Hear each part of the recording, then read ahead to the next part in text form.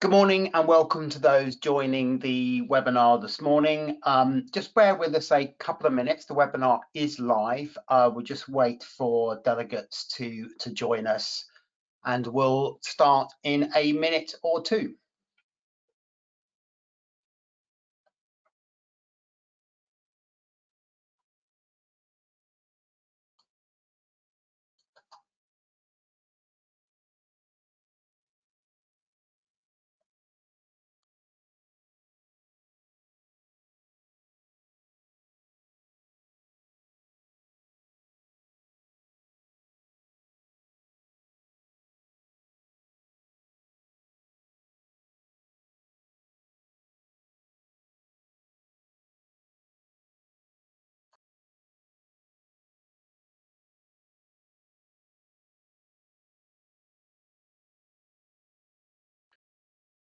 Good morning, everybody, and a warm welcome this morning. And thank you so much. Thank you indeed for joining us for one of our Digital World Series webinars in 2023. Today, it's all about navigating the tech space with cybersecurity and AI standards. So my name is David Cookout. I'm the Associate Director Digital here at the UK's National Standards Body, British Standards Institution. My team, which you'll meet some of them today, are responsible for standards and best practice for our digital sector, both nationally and internationally. So before we start, I'll just cover a little bit of housekeeping. If we could have the housekeeping slide, please. So the webinar is live. So everything you will see and hear is live this morning. You will be on mute during the webinar, but we obviously will be showing slides and videos. So you will see all the slides, but then you'll see the speakers for the Q&A session. It will be recorded. So those who can't attend or who are attending will be able to check back to see the recording after the session. The sessions are interactive, so we would please highly encourage you to submit your questions. These webinars are here for yourselves and for you to learn more about standards and the topics we're talking about. So please use the Q&A function to submit those questions, not the chat box. If you can see it, make sure it goes in the Q&A.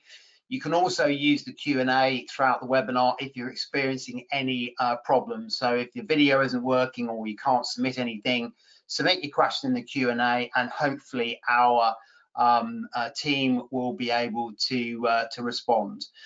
There will be time allocated for those questions, so submit them as the presentations are going through, and then our chairs and our panelists and those who are facilitating the panels will then put those questions to the panelists. So get them submitted as we go through, and hopefully you'll then see your question answered. Hopefully you will see at the end there is a feedback survey. We would love you to fill that in. It really helps us in terms of making sure that the content that we're producing, seminars we're running are relevant to you, and any feedback is positive or negative is very welcome. This webinar is CPD recognized, so if you want your certificate, you can put that into the feedback survey and we will get that to you. So this morning, the key objectives of our webinar is to showcase and demonstrate how the 27,000 series of cybersecurity standards have fared over the past year since the revision. So there's been some revisions to some of those standards within the series, and we're going to talk about what some of those revisions have been and how the standards are being used since those revisions have been made. We're going to be talking about how those standards remain relevant in kind of present day cybersecurity threats, but we're also going to be looking at the future of where cybersecurity and more importantly the 27,000 series is going in mitigating threats across the kind of cybersecurity landscape. But we'll also start to look at more interesting areas around things like AI, and the safety and cybersecurity of AI, and what we're coming down the line in terms of futures to address these kind of new areas of technology. So hopefully what we will get out of today for you guys is an insight into the 27000 series standards, how it's addressing some of the latest threats, some of the trends.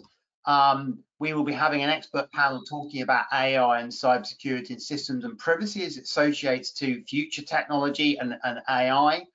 How digital standards and, more importantly, cybersecurity are supporting policy and regulation, both in the UK, in Europe, and also internationally.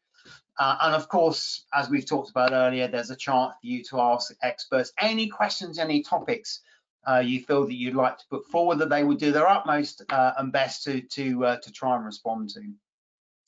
So let's kick off. I'm delighted to welcome and thank our expert panelists and our speakers first and foremost, but it also gives me great pleasure to hand over to Dr. Matilda Road, who joined BSI a couple of months ago from Airbus. Matilda now leads our AI and cybersecurity practice. And hopefully Matilda is going to spend a couple of minutes just setting the scene, and also she's going to expertly navigate us through the rest of the day. And I will be back at the end of the day, hopefully when we've gone through all the presentation, do my utmost to try and sum up on what's been said. So Matilda, over to you. Thank you, David. Good morning, everyone. Great to have you here, and looking forward to a fantastic agenda and the great speakers that we've got lined up.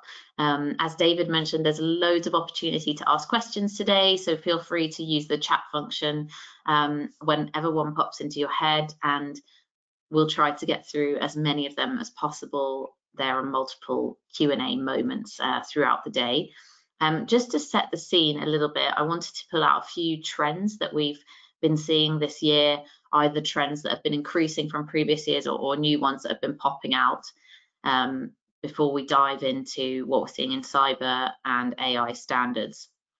So one term you're probably sick of hearing this year is AI, but I'm imagining you get asked a lot of questions as those with an interest in cybersecurity and as cyber professionals. What are the real risks around AI?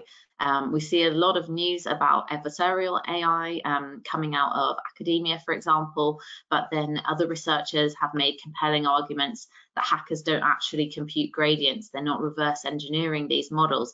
There are easier ways into the building, but this adoption of technology is still introducing new risks. So what do we have to think about from a cybersecurity perspective? Are adversaries actually using it?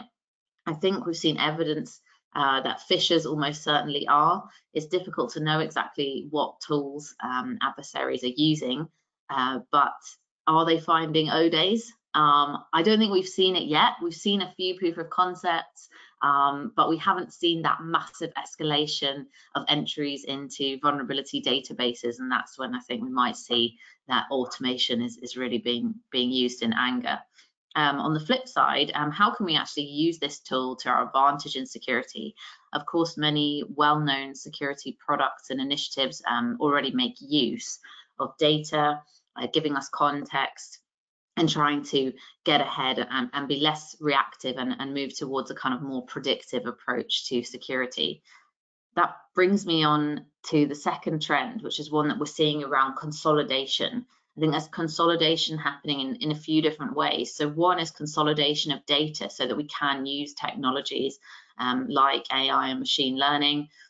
And then that's in turn leading to really different architectures for things like security operations centers, including kind of hierarchical processing at the edge, or building massive data lakes where absolutely all of the data is in one place, which in itself can create challenges in how to analyze that efficiently, as organizations are having kind of heterogeneous networks of IoT, OT, cloud and hybrid estates. We're also seeing consolidation of security products, so things like hybrid mesh firewalls, which try to pull in data from different areas and segments of networks, and to bring that data together in one location, consolidation of our security tools rather than the kind of raw data that we're seeing in the environment. And the idea really is to give the data context, to make it, to turn it from just data into intelligence. And this is becoming a challenge and also being driven by the increasingly complex infrastructure. Speaking of complex infrastructures, we're noting an increased use of cloud infrastructure and cloud platforms. Of course, this was already going on for several years, but this trend is increasing. We're starting to see hybrid solutions where we're mixing on-prem and cloud, moving towards the use of APIs for everything. I've heard people say, you know, we used to say there's an app for everything, now we say there's an API for everything. And from a cyber perspective, this is giving a really interesting kind of shared responsibility model between the cloud provider and the customer. And then we're starting to see security tools embedded natively within the cloud, so kind of cloud native app protection. And that's looping back around to the kind of consolidation trend. Because of the complexity that we're seeing increasing, there's a much greater emphasis on risk management. We need to be able to prioritize the complex technology estate, the data that's coming in, looking at the attack trends as ransomware attacks continue to rise, supply chain attacks continue to arise, geopolitical risks start to play into the concerns of organizations. And we're seeing various different strategies to try and handle this new need for risk management. So evolution of things like human-centric security, away from that, launching kind of a phishing campaign on an organization and doing annual awareness sections, to micro initiatives and fostering better relationships between cyber, IT and other departments. We've also seen a massive growth of the cyber insurance market, particularly in Europe, in critical environments. I think that's closely linked to the NIST directive. And we've started to see companies just taking risk management and cyber more seriously. So at C-suite, it's usually discussed at the board level, and that's been the case for the past few years. And cyber professionals are starting to have to build internal kind of risk management models. So that leads us in nicely to our first session. I'd like to hand over to the wonderful Bridget Kenyon, who's going to be giving a masterclass on ISO 27001. Bridget is CISO for Thales, and her career started in 2000 at DERA following, oh, I've got some beeping in the background, excuse if you can hear that, sorry. Following that, she's been a qualified security assessor for PCI DSS, head of information security for UCL, and has held operational and consultancy roles in industry and academia. And Bridget has contributed to ISO standards development to 2006. BSI is really grateful for all the work she's done, and I'll hand over to her to give you the masterclass on 27001. Hi everybody, thanks very much for the intro, Matilda. I will mention that I have actually moved to SSCL, so I'm CISO there now. Right, let's make sure my slides work. Hurrah, wonderful. Right, okay, I'm just going to go back one slide to say I'm going to give you a fairly quick masterclass in 27001. So last year in this same series, we presented on the primary changes to 27001 in the latest edition, which in fact was published this year. What I'm going to do is build on that, and I'm going to do a bit of a kind of deep dive into an area which is particularly useful and helpful to people. But right to start off with, I'm just going to give a 40,000, maybe even 50,000 foot view of 27001. So I've been the lead editor for the latest edition. So my primary goal in this is not to assume that everybody knows everything that's stuck in my head. Otherwise, I'm going to be completely confusing to everyone. Right, so let's do this. So what is 27001? I see it as rather like a map or a blueprint, but a blueprint that you can apply to any organization. I think this is a map of London, actually. So I've put in the main areas of the standard. And if you notice, we're focusing on clauses 4 through 10. These are the requirements of the standard. I shall mention Annex A in a second because that's really going to be the area that I dive into in the next couple of slides. Although Sabrina will be doing the details of Annex A, I'm going to be talking about how you use it. So the context of the organisation, obviously that contains things like your scope statement, your interested parties, and their requirements. And that's a really interesting piece, so hold that idea. You've also got the leadership, so that's things like your organisation objectives for information security, your information security policy, roles and responsibilities, and the idea that leadership is there to support the achievement of those objectives and actually to prioritise information security.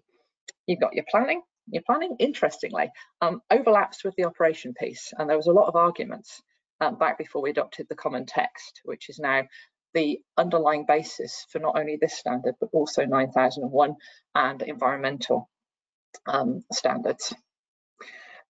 Planning and operation. Planning is describing it, designing it, and operation is doing it.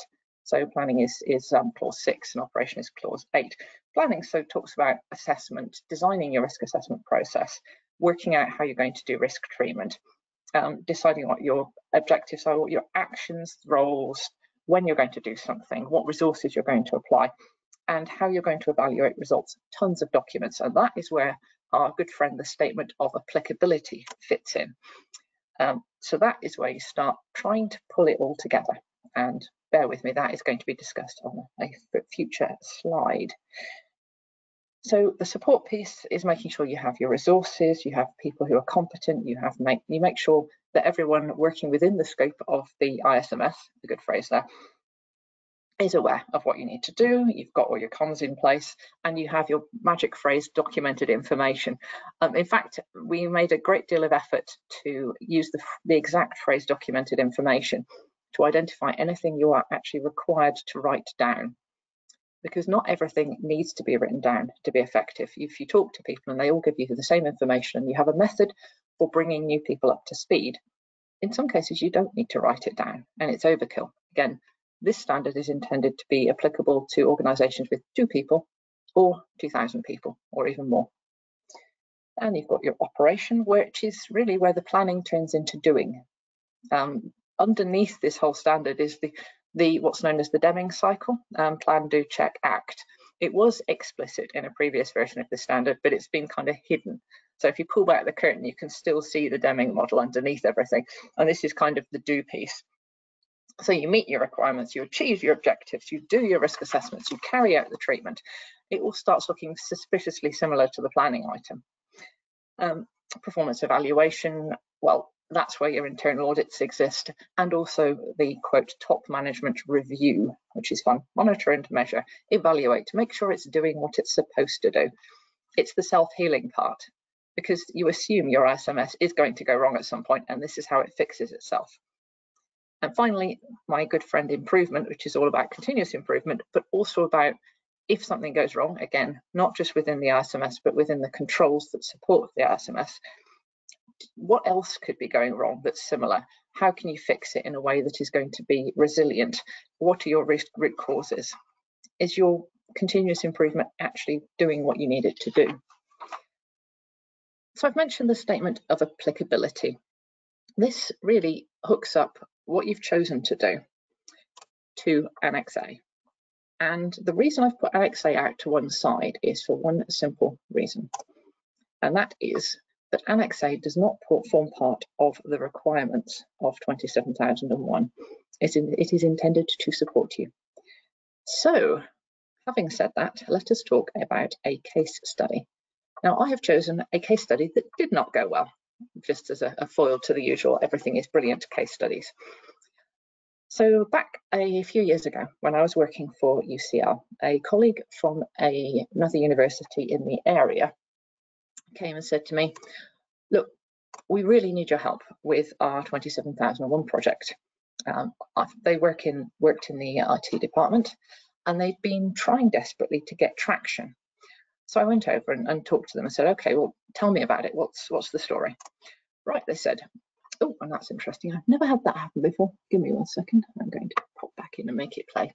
Right, so they said to us, well, we've had real trouble getting budget. We've presented all the things that we need to do to senior management, and senior management has said to us, well, what is this all about? And they don't seem to be taking us seriously. We've got all these really important security measures. We know we need to do them to comply with 27001, but it's just not happening. And okay, I said, tell me about it. What's happening? Where's this? Show me your controls list, because you've been talking about how important it is, and you've been trying to get budget, and you've obviously prioritized. And I said, yep, we've prioritized. Here's our controls list. And they showed me a copy of Annex A that they put into a spreadsheet, and they said, these are our controls. And I said, okay, how have you determined which of these controls are appropriate? And they said, it's Annex A, it's our controls, it's 27001, we're doing 27001, and that's the controls list. And I said to them, I think I know where your problem's coming from. And that's partly why I made such a big deal of the whole Annex A is outside the set of explicit requirements in my previous slide. Because when you're showing me a spreadsheet, and when you look at that spreadsheet, guys, you are seeing a whole load of really important information security controls. In fact, when you're showing it to senior management, what they're seeing is a giant heap of money that you're asking them to spend, and it's not connected to the organization, to that specific organization in any way, shape, or form, except via this tenuous argument that 27001 is necessary. In their case, they were not being required to do this by a third party, so they didn't even have that to kind of shore them up, and that's why they'd stalled. Okay, so having said, oh, Annex A, really difficult, let's talk about what I was talking about before, which is the statement of applicability, which is basically the really powerful piece of 27001. It doesn't exist in any of the other standards that use the common text. So it doesn't actually exist in 9001. It doesn't get covered by quality. And environmental management doesn't mention it. But it is, while unique, it is extraordinarily powerful. And it is something you can use whether or not you choose to certify, whether or not you even bother with 27001. The concept of the statement of applicability is really, really useful. Right, how is it useful? And how does it help you whether or not you even think Annex A is a great list or a terrible list? Well, and actually, while I'm talking about it, we were talking about AI. The images I've used in this presentation have been generated via AI. So this was my attempt to explain to DALL-E exactly what the statement of applicability was. And it gave me back a picture. Well, it gave me back several. This was the one I liked best. If you think about the statement of applicability as being kind of a matrix, a lookup table, it enables you to pull together all of the requirements of your interested parties and things to do with risk assessment. So in amongst this, you'll see some little scales, which were an attempt of talking about risk appetite. And you've got a gavel, which is about legal requirements. And you've got tons and tons of little pieces of paper. These are contracts. So all of those can be pulled together into a neat little drawing, a neat little table of your actual controls. But you've still got that relationship. You haven't lost all of the source material. You know where it's coming from. So basically, your statement of applicability, whether or not you're doing 27001, is a Rosetta Stone. It enables you to say, okay, for each individual security measure, each individual security control, this is why we're doing it. There may be a contract. There may also be a law. There may also be a risk assessment that you yourself have carried out based on your own risk appetite. And you've said, we want to do it for our purposes, and our customers have asked for it. And if, for example, it's personal data, we are in fact required to do it by GDPR. Or it might be a regulation. It might be that you're dealing with payment card data and PCI DSS applies. And that is why you have, I don't know, 8-character passwords or changing your passwords every X days. And that means that when you are trying to say, I need some money to do this, to apply this control, you can explain why, and you can explain what the impact will be if you choose to change your control. So if somebody comes to you from the business and says, this security measure is terribly inconvenient and I don't want to do it anymore, it's expensive, why do we have to invest in it? You can bring up your statement of applicability or your Rosetta Stone, and you can say to them, okay, well, the reason that we have this control is because we did a risk assessment and we've got these specific contracts that have this requirement in them. And by the way, the law says X, and we have interpreted, again, the law is very rarely going to give you a specific control, but the law has said this and we have interpreted it in this way. So that works both ways. You can say, if we change a control, what is going to be the impact on our risk and on our compliance? But also, if the law changes, or if a contract changes, or if we have a new customer that's asking for something, how is that going to affect the security measures that we need to apply? It's just really powerful. Now, if you think about that with regard to how you would make it work, and again, we're going to bring back NXA in a second. Let's talk about the world of the future, the world in which this is normal. You do your risk assessment, and this particular route follows 27001, so you've got a side benefit that you are also doing 27001. So you do your risk assessment. You find out what else you need to do. And now the magic phrase interested parties in 27001 can mean your customers, it can mean your top management, and it can mean the law and the government, the regulators. So you've got all of these additional things. They may ask you to do NIST. So NIST is one of your additional requirements. It's not an alternative. You can incorporate it into your 27001 compliance activities, because 27001 is just an umbrella. You can put anything under it. And from that, you can make yourself a magic list of controls, but you know where each of the controls came from. You know why you've got it.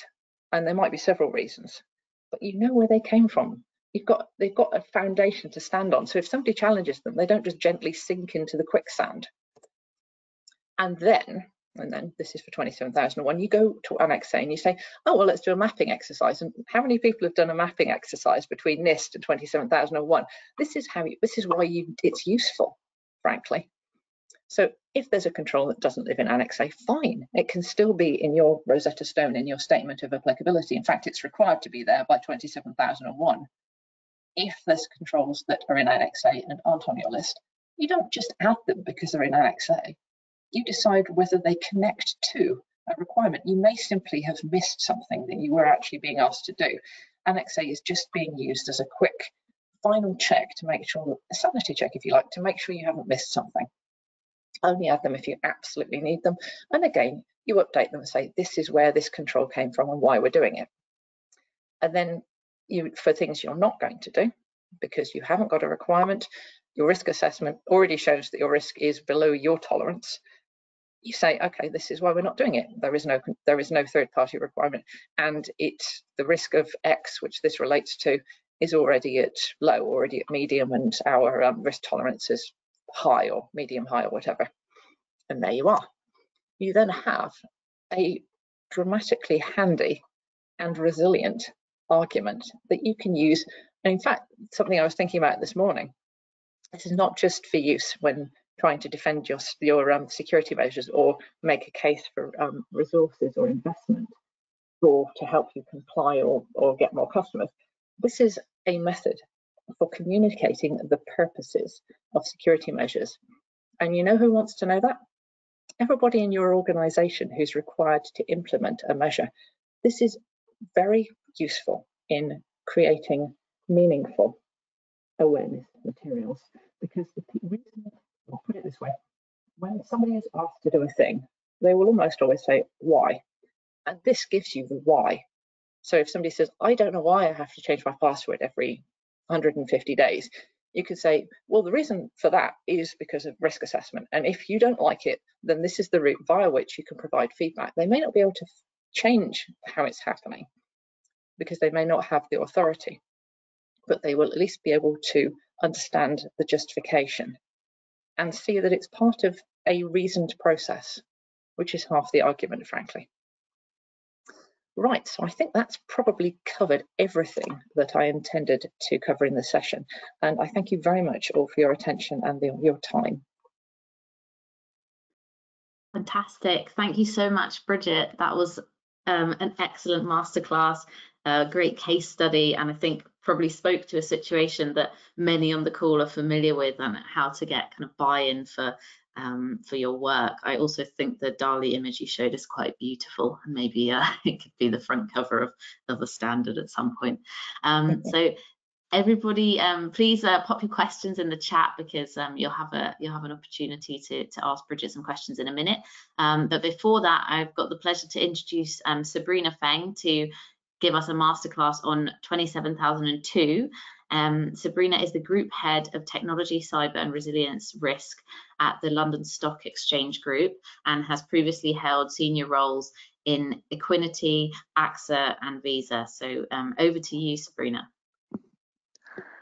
Good morning, everyone. Thank you very much for having me. I had the great pleasure to be the editor for the new edition of 27002, and I'm very excited to be here, introduce you to the new edition of the standard. I know we're massively behind the schedule, and I do really want to leave you some time to ask questions. So what I would do is to give you a very high level introduction. And as Bridget said, you know, I did a similar seminar last year with BSI, and I think you can still download the audio and to listen to that. You know, that is a much more detailed explanation of the standard, the changes, and how do you apply it. So what I will give you here is a 10 minutes version of guiding you through the standard, and I think it's definitely a standard worth you investing lots of time to learn and to study. So you know, I think just for the audience, I don't know your background and how much you might know 27001 and 2 already, but you know, there are two of the most popular international standard on cybersecurity. They're the best sellers within ISO, you know, way ahead of some of the other standards. And 27002 is the only international standard on cybersecurity, giving you detailed guidance on cybersecurity controls around how to implement it. So I would highly recommend you, if you're not familiar with those two standards, to really spend some time learning about them and applying them within your organization. So let's start. So let me try to control this. So I think, you know, to summarize the difference between the 2022 version of the standard comparing the previous version, and we think it's definitely a modernized and a simplified and more versatile new edition of the standard.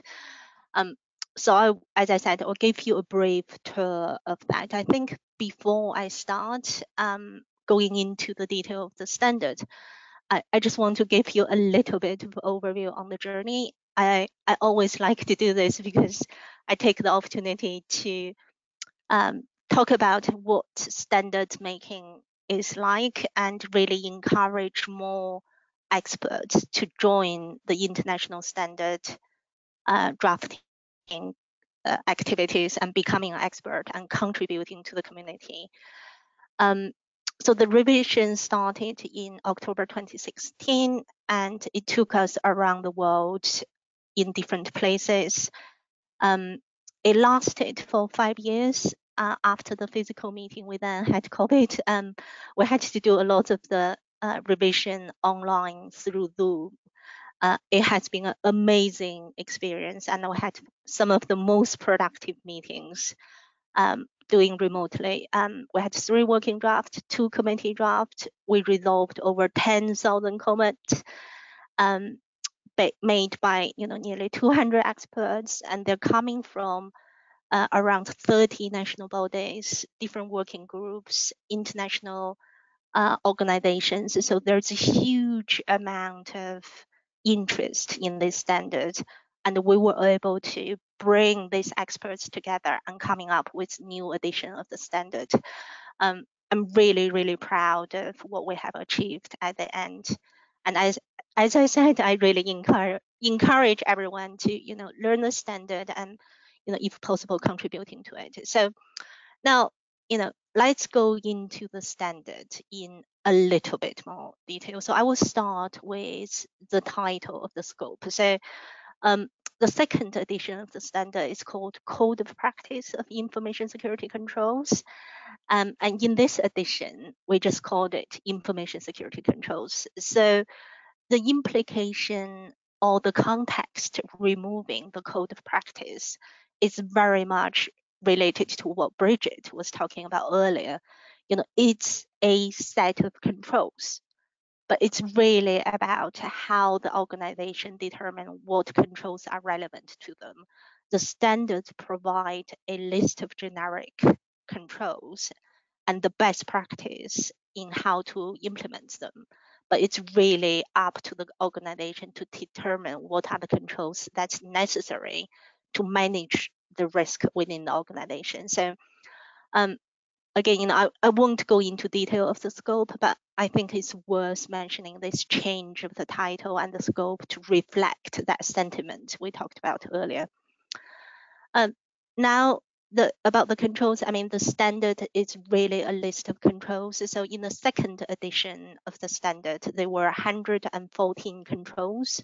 They were organized in 14 clauses and 35 categories.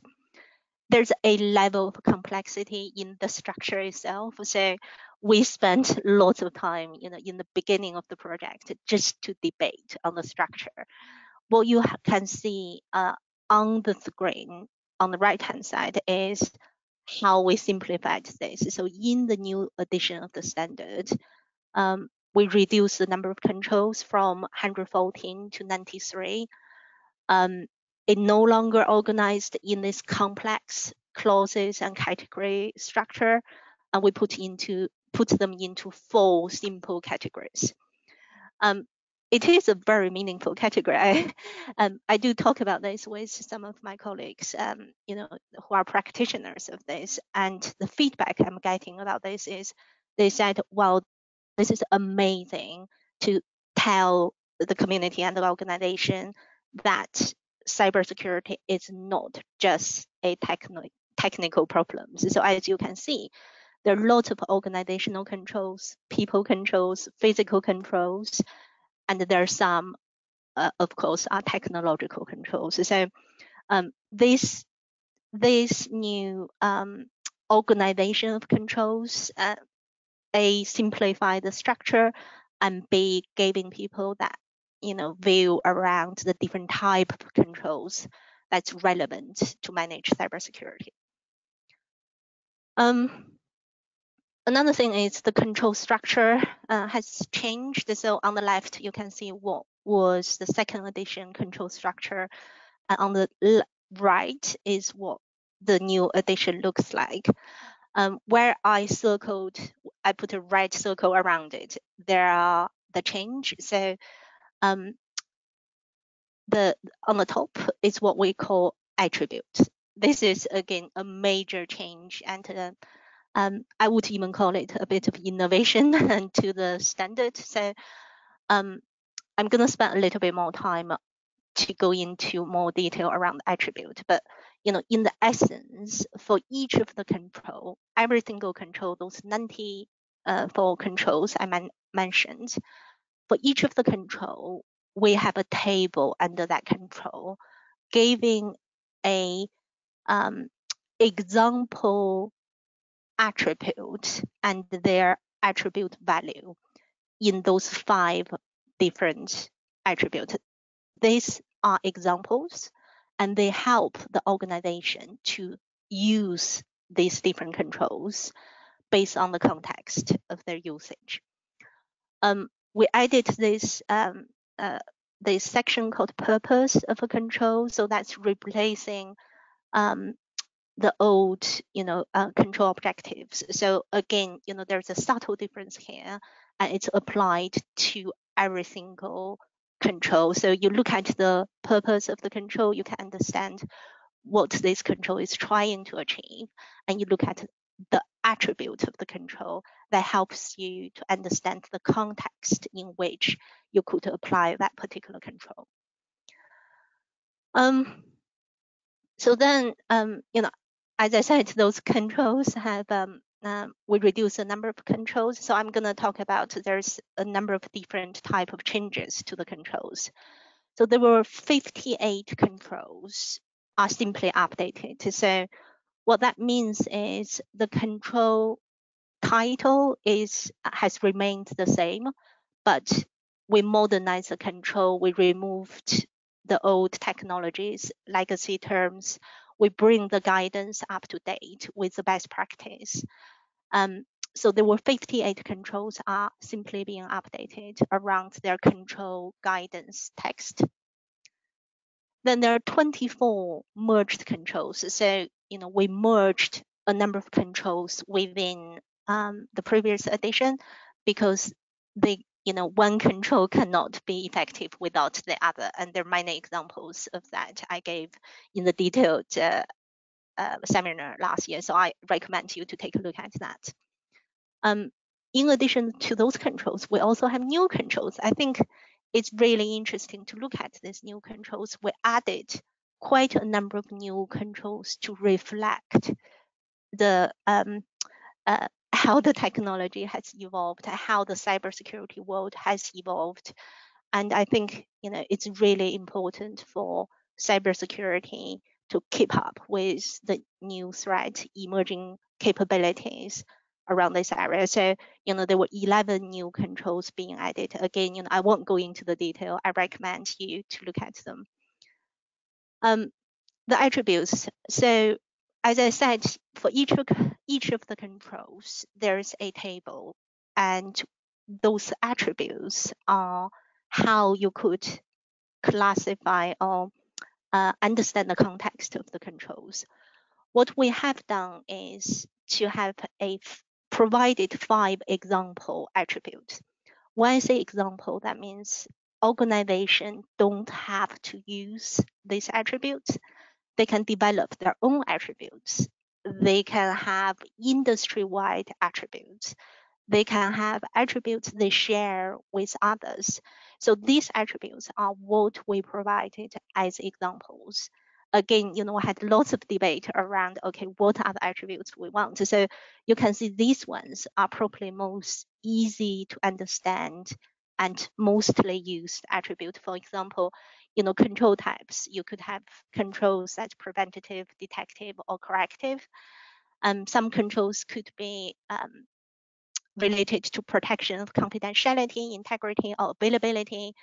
And we also have a linkage to the cybersecurity concept where people would have seen in the NIST framework, for example.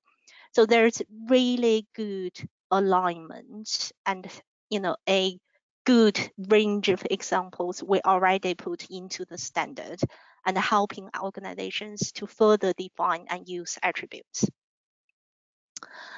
So I won't go into the detail of how to use it, but again, here are just some examples, and I have seen some really innovative ways of doing it by organizations where, they use web-based tools, industry-wide attributes, etc. I've seen people using a GDPR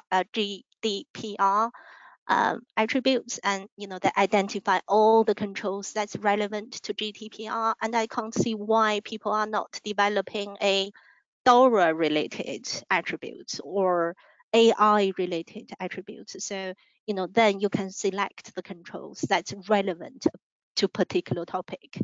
And the good thing about this is you can share it as the best practice within the industry. I also seen application where a industry association apply this for that particular industry. So they may say, okay, for our industry, we think the following controls are minimum standard, and then they apply that using attributes. So there are lots of usage for this, and I'm seeing some real success on here. And I think there's huge potential around the application of attributes going forward. Very quickly, some other changes on the standard. So, we added, included the terms and definitions. So in the past, you have to go refer to 27,000. which is different standard to look at all the terms and definitions. But now, you get it all in one place, and you can see all the definitions. We introduced the subheadings in some controls. It really helping users to read the control better, to apply the controls better. There are 2 informative annexes, gives you the example of how to use attributes, as well as the mapping of the 27002 2013 version with this new version of the standard. So overall, with a very, very quick whistle-stop tour, I just want to say, we think this new version of the standard is really a modernized, simplified, and versatile new edition. And I really encourage you to take some time to look at it. Maybe go back to the last year's seminar to get a little bit more detailed guidance around this. So with that, I'm gonna say thank you for listening, and very much to get into a bit of Q&A. And if there's any good feedbacks, I'd very much like to listen to them and have a good conversation. So thank you. Fantastic. Thank you so much, Sabrina. That was a great overview of 27002 and a really nice comparison of version 2 and version 3, which I think will be very helpful for a lot of the listeners. I've even seen some questions in the chat asking, about how you compare the previous versions before you started talking. So I think you've covered those off really well. So we'll jump into our Q&A now, and please keep popping your questions in the chat. We've already got quite a lot to address, but I can try to combine them if we see some themes coming through. So one of the nice questions that's popped up is about the organization of teams. So we've had a question saying sometimes there's a conflict of interest between operational IT and the application of security policy. What's your opinion on having a separate team managing security outside of IT? Kind of high level question. Okay, I can start on that one, or do you want to do that one, Sabrina? No, go ahead, Bridget, I'll add. Yeah. There are advantages and disadvantages to having separate information security and technical teams. The advantage is that there is no perception of or presence of a conflict of interest. An IT team is going to be motivated primarily on availability of services and capability of solutions, whereas security often looks at things like confidentiality and accuracy, as we like to call it, integrity within the organization. So there's an argument for having IT completely organizationally separate from information security.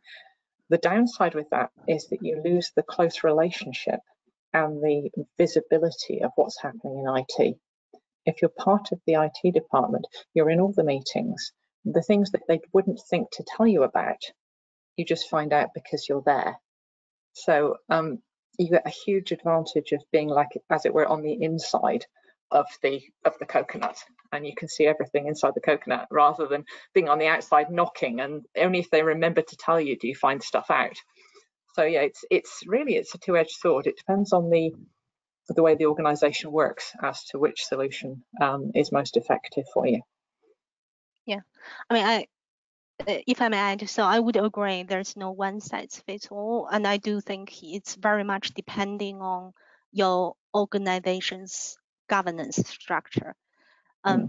Doesn't matter where it sits, it's really important to understand information security is not a technological problem. It's not just about technology, it's not just about IT. In order to be successful, you have to have a holistic risk management capability to manage cybersecurity. You could do that within an IT department. That's possible. It could be harder, but but in some organization, a very small organization, that's probably the only option they have, or it's the most practical way of getting things done, which is absolutely fine, as long as the construction of the program and the work they do need to be holistic, managing risk of the organization and thinking about not just the technical controls, but also the organizational controls, the user experience, the training and awareness, and the risk management. Physical security people, need to be holistic. Yeah, so I started you off with a tricky question, which was a bit mean, but I think it's a great one and speaks to especially Bridget's presentation about how the new version of the standard can help you with those communications between different departments. So thank you both. I've got a question here which is directed to Sabrina, saying, can I have your advice on risk assessment methodologies, how to choose one that has good alignment with 27,000 series, because there are so many? Oh, excellent question. Such a good question. So just giving, I think it's useful to give people a little bit of context. If you go back to the very beginning of 27001, there actually described a way of doing risk assessment. You may still remember, if you've been around long enough, the asset and vulnerability method. So you identify the asset, you define the vulnerability, and then you probably have noticed that's no longer there. For that specific reason, why you're asking this question, because there are many, many different ways of doing risk assessment. And the way, there isn't one way fits all, and you need to think about, but the question is, how do you choose the right way or the best way? I would say there is no right or wrong, but for me, number one, the risk assessment for cybersecurity has to be part of or aligned to the enterprise risk management framework within your organization. If you don't have one, you need to have one, because that's very key. So many organizations have their own enterprise risk management framework, and that articulates what risk management methodology they use. And a lot of organizations using, risk event, the probability and the likelihood. And I see that being more better adopted methodology, if I put it that way. I'm not saying that's the only way, but I think, the close alignment to your enterprise risk management framework is number one. Number two, I do think, the risk event, the likelihood and impact way of looking at risk assessment is important. I also see a lot of scenario-based risk assessment. It's absolutely key.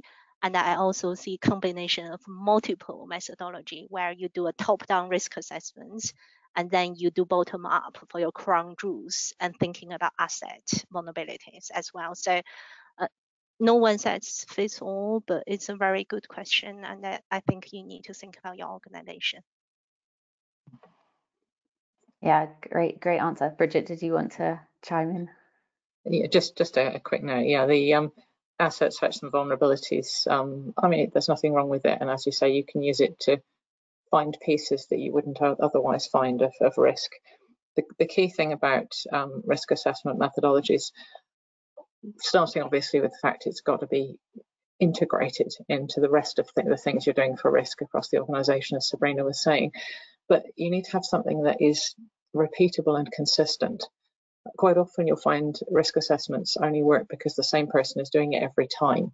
You've got to have a methodology that as people move in and out of the organization, you don't find that the risks keep jumping up and down. And that is possibly one of the hardest things to do. In terms of scenarios, the one that I've seen used quite a lot is the concept of actually having a wee narrative. So due to X, Y happens leading to Z, which at least forces some form of consistency on the way that scenarios are described. But yeah, the quality control of these risks and working out whether you've got too granular, whether you're saying this could happen to this system and this could happen to that system, and you end up with 500,000 risks and no idea of how to combine them and present something to top management. That's another aspect to bear in mind. How do you aggregate these in a way that's meaningful and gives people at the top of the organisation actionable intelligence? Yeah, great point, and thank you both for your fantastic talks and for your fantastic answers to the questions. Thank you to those of you who submitted them. Sorry we didn't get to them all, but some of them were about policy and AI, and they'll come up later in today. So yeah, thank you both. And now it's time for a 5-minute break. So grab a coffee or read a standard or do some meditation, whatever you want to do for 5 minutes, and see you back in a minute for where we're going to hear about cybersecurity roadmap. Thanks.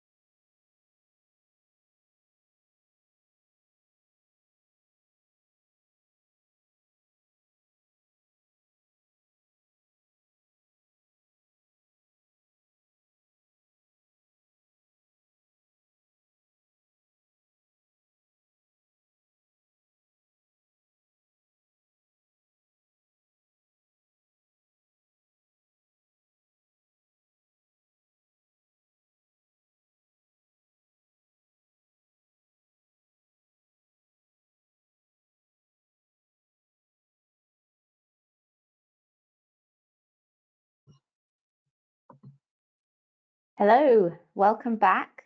I hope you managed to grab a coffee or a tea, whatever you need. For our next session, I'd like to introduce BSI's lead standards development manager for cybersecurity, Delma Stevenson. Del's going to give you an overview of the cybersecurity standards roadmap to help you navigate this space. And after that, we're going to hear from Milan Patel about cybersecurity risks in AI, and we'll have a Q&A session again. So over to you, Del. Okay, thank you. Good morning, everyone.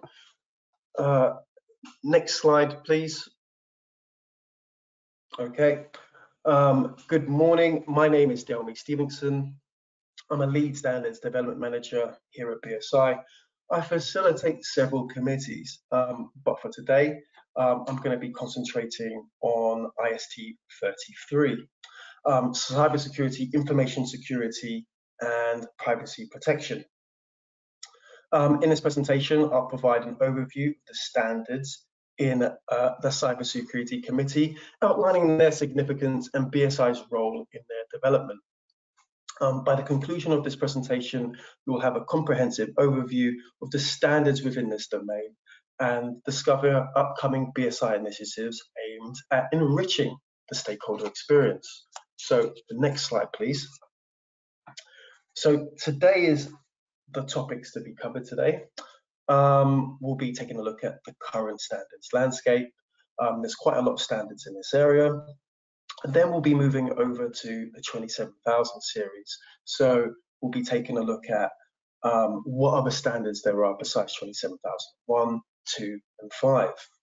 We'll also be then moving on to privacy standards and what does privacy mean in this space and the key standards that you should be looking at. After this, we'll be moving on to identity management standards. We'll be also just trying to point out those key standards in the space. And after that, we'll be looking at the cybersecurity technology domain themes. So this is emerging technologies and cybersecurity creating standards in this space. So we'll be a little bit of a mapping exercise there. Then after this, we'll be just connecting the dots in this space. And I'll be pointing you towards some initiatives that we'll be trying to run. So the next slides, please. So the current cybersecurity standards landscape. Next slide. So the UK BSI Committee, IST 33, works closely with international standards bodies like ISO, IEC, CEN, CENELEC. The main coordination takes place within ISO and IEC, and the standards are later adopted within CEN, CENELEC. IST 33 comprises of one parent committee, 5 subcommittees, and 4 panels, and they oversee 239 published standards within ISO and IEC, and with an additional 70 in active development. And so I've excluded from that number certain CEN projects and British standards as well. So there's a lot of standards in that space. The majority of stakeholders do not have a wide understanding of the breadth of the cybersecurity portfolio, in my experience. So recognizing the significance of this extensive set of cybersecurity standards, we put forward an initiative undertaken by BSI to identify these essential standards. So next slide, please. And the next slide. So the 27000 series and providing strong foundations. The 27000 series provides guidelines for creating, establishing an information security management system. The purpose of the 27000 series is to provide a framework for organizations to manage and protect their information assets. It emphasizes a risk-based approach, continuous improvement, and top management involvement. So some of the key standards are 27001, 27002, its controls, and 27005, risk management. But I believe Sabrina and Bridget have given very thorough overviews in their presentations today. So what about the other standards in this series? Next slide, please. So there is one vocabulary standard, so 27000. which provides a common language and terminology for organizations to use when discussing information security. It offers a standardized vocabulary which helps with communication and understanding the different stakeholders within an organization and across industries. 27000 also provides an essential overview of the 27000 series, and a lot of this part of the presentation has been taken from that standard. There are also 3 standards specifying requirements, or at least there will be. So a requirement standard outlines the essential criteria and specifications that a product, service, or system must fulfill. 27001 is categorized as a requirement standard, but we're going to pay a little bit of attention to 27006 Part 1 and 26002 Part 2 for the time being at least. Both are currently being revised at the moment and will be with us early next year. Both provide requirements for the certification of information security management systems, while Part 2, a recent addition, provides certification requirements for privacy information management. These 2 standards ensure consistency and reliability in the certification process of information security management systems. And interesting fact, the editors of both these standards are UK-led. So we do have influence in this sphere with those standards. So next slide, please. So there are 10 key guideline standards. In the context of the 27000 series, guidelines are documents that provide additional information, advice, or recommendation to help organizations implement the requirements specified in the core standards.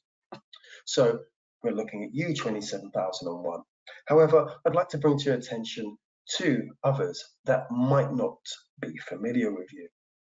So 27004, monitoring, measurement, analysis, and evaluation. This standard focuses on metrics and measurements for information security. It helps organizations assess the effectiveness of their information security controls and make informed decisions for improvement. Also, 27014, guidelines for information security governance. It addresses the establishment and maintenance of a governance framework and supporting processes. Moving on to the 5 sector-specific guidance standards, they cater to specific industries. So 27011 focuses on information security management for the telecommunications sector. 27017 provides guideline security controls in cloud services, while 27018 provides personally identifiable information for cloud computing environments, and 27019 offers security controls tailored towards the energy industry. Next slide, please. So, control-specific guidance standards offer specific guidance, best practice, and controls to be implemented to ensure information security within an organization. There is a specific subcommittee that looks at these standards, and that's IST 334, security controls, and it monitors the UK input into this field. There are many standards in this space, and the subcommittee has highlighted the forthcoming revisions of 27031, which addresses cybersecurity and business continuity, which is coming out in early 2024. And also to bring to your attention, 27032, which focuses on internet security, previously guidelines for cybersecurity, and which has been recently updated and published only a couple of months ago. And I believe there's quite a lot of certification schemes around this. And also, if you take a look on the slide, the box in purple comes from the 27000 series, 27000, and that provides just a fantastic overview of the standards in this series. Anyway, next slide, please. So moving on to privacy standards. Next slide. So why is privacy important? So just want to take a quote from George Orwell, the author of 1984. George Orwell stated the following: the very concept of privacy has been utterly transformed in our world. We are faced with a paradoxical situation where the eye of our private life meets the eye of an ever-growing, watchful society. The quote reflects on the transformation of privacy in the face of increasing surveillance and serves to remind us of the evolving challenges of maintaining personal privacy today. In the context of a broader society, privacy is fundamental for maintaining democratic principles, ensuring freedom of speech and preventing unwarranted surveillance. So why do privacy standards matter? Privacy standards act as a rule book for managing private information in tech and security, and ensuring that personal data is handled responsibly. So key reasons for the importance include protecting rights, so safeguarding individual rights by preventing unauthorized access to personal information, trust and reputation for organizations and businesses, legal compliance, providing a comprehensive framework to navigate complex legal landscapes.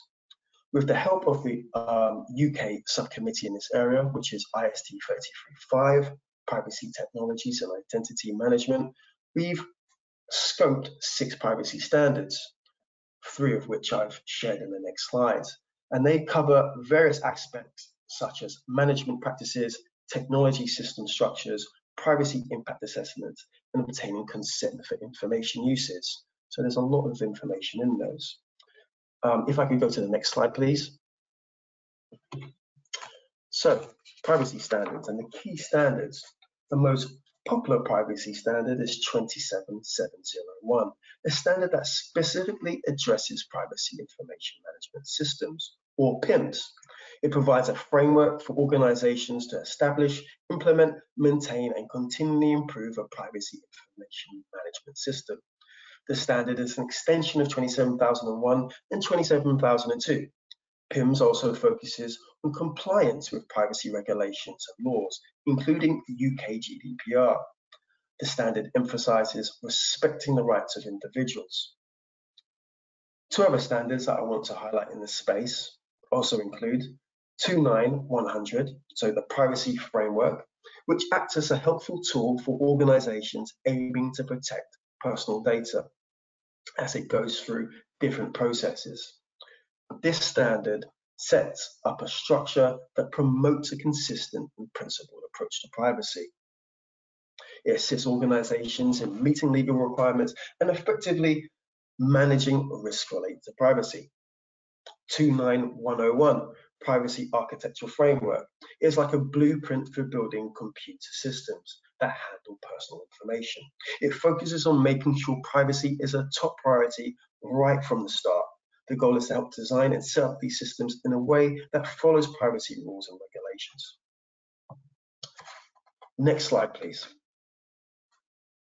Moving on to identity management standards. So what is the difference between privacy and identity? So privacy is the right to keep personal matters and information confidential, while identity is the distinct characteristics and attributes that define an individual. Why is identity security important? Having a secure online identity is like having a strong lock on your digital door. It ensures that only you can access your personal stuff and helps prevent bad actors from sneaking in. Your online identity also builds trust in your interactions, making sure you're dealing with real and accountable people.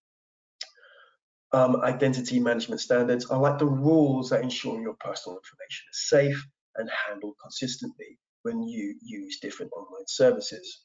They make sure there are strong security measures in place, help different apps and systems work together smoothly, and provide a clear and consistent experience for you. Next slide, please. So the committee, ISD 33.5, which is Privacy Technologies and Identity Management, have identified key standards in their portfolio. 29115, which provides guidelines for organizations to set up and improve a system that protects people's personal information. It helps establish best practices for protecting personally identifiable information within an organization. 29003, identity proofing, is a standard that provides guidelines for verifying the identity of individuals. It specifies different levels of identity proofing and the requirements to achieve those levels. 24760 Part 1 is a framework for identity management.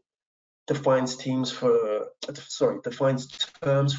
specific core concepts within identity management and their relationships. Also, lastly but not leastly, is BS 8626, which is a British standard and not an international standard. Design and operation of online user identification systems. Provides guidance and best practices for designing and operating online user identification systems. So, identity management standards, just a few of them for your consideration. Next slide, please. And the next slide, please. So, mapping cybersecurity tech domains. Just wanted to give you a visual representation of some of the standards in the cybersecurity technology domain. The international standard community is very busy developing a lot of cybersecurity standards to help support legislation and the development of new technology. A lot of the standards mentioned are currently in development at the moment, and some of them have a lot in development. But later on today, I believe Simon Dunkley will be going over the Radio Equipment Directive standards, and Milan Patel will be going over the artificial intelligence standards in some relative depth, I believe. So next slide, please. Let's just move there. So I'd like to quickly touch upon some areas. So cybersecurity standards related to the Internet of Things, IoT, have been published or are just about to be published. There are 4 standards in this series. Of the series, 27400 has been published and is intended for use by anyone involved in design, development, implementation, and operation of IoT to create safer propositions. The UK is leading the work on age assurance and has a panel with a series of age assurance standards, which will be hopefully referenced in the Online Safety Act. This series will attempt to provide a framework of age assurance systems, which will be used to determine someone's age or age-related independently of their identity. IST 33.2, which is the BSI subcommittee on cryptography, is very active in creating standards that can be defined as privacy-enhancing technologies, such as encryption, and can help to keep personal information safe online by either encoding it or removing identifying details. Next slide, please.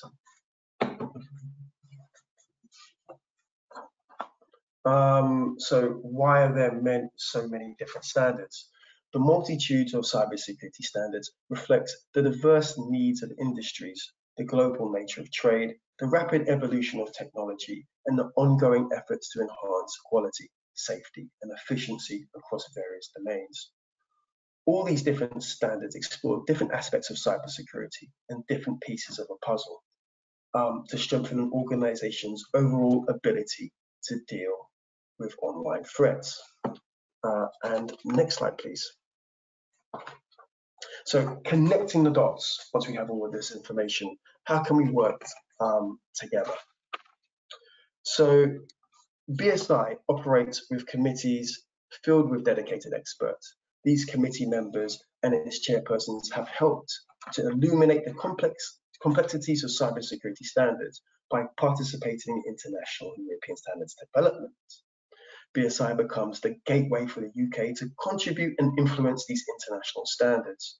But BSI doesn't stop there. It's not just a provider of standards, it's a leader in shaping the entire cybersecurity standards landscape. This means taking an active role in defining and influencing standards, not just following them. BSI is a valuable source of expertise in cybersecurity, extending beyond the boundaries of standards. It's not just about what the rules are, it's about understanding the field. The ultimate goal is to ensure that everyone is involved. Next slide, and it's also my last slide.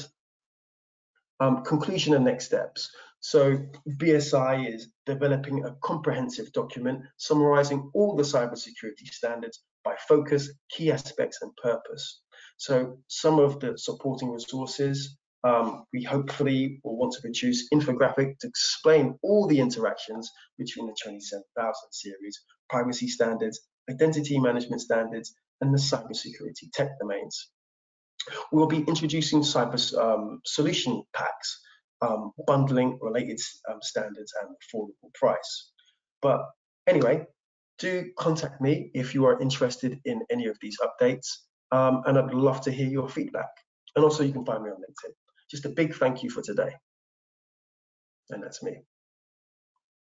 Thank you so much, Delmi. That was a great overview, covering so much ground and really showing how cyber standards connect all kinds of different sectors and technology, and you were perfectly kept to time as well. So that's great. Now I'd like to welcome Milan Patel, who's going to talk about cybersecurity risks in AI. Milan is a member of Microsoft's Corporate Standards Group and chairs BSI's Committee on Artificial Intelligence, which mirrors the ISO IEC Joint Technical Committee Subcommittee on AI, which has a broad and growing membership. And he's also an active contributor to international standards work on InfoSec and data privacy. Milan is dialing in by phone, so you won't see his video stream pop up, and there'll be an opportunity to ask questions directly after the talk. So please feel free to pop those in the Q&A. We've already had a couple on AI, so we'll bring those up. Over to you, Milan. Great, thank you very much, Matilda. So let's get stuck in addressing cybersecurity risks and artificial intelligence.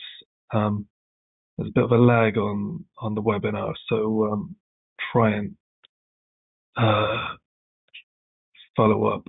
So I'm on slide 2, just after the title slide.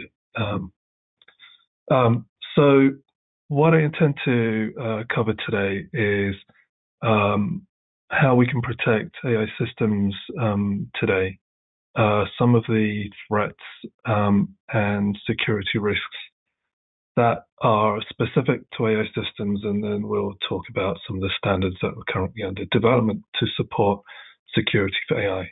What we won't cover is using AI either adversarially or to actually augment and enhance cybersecurity.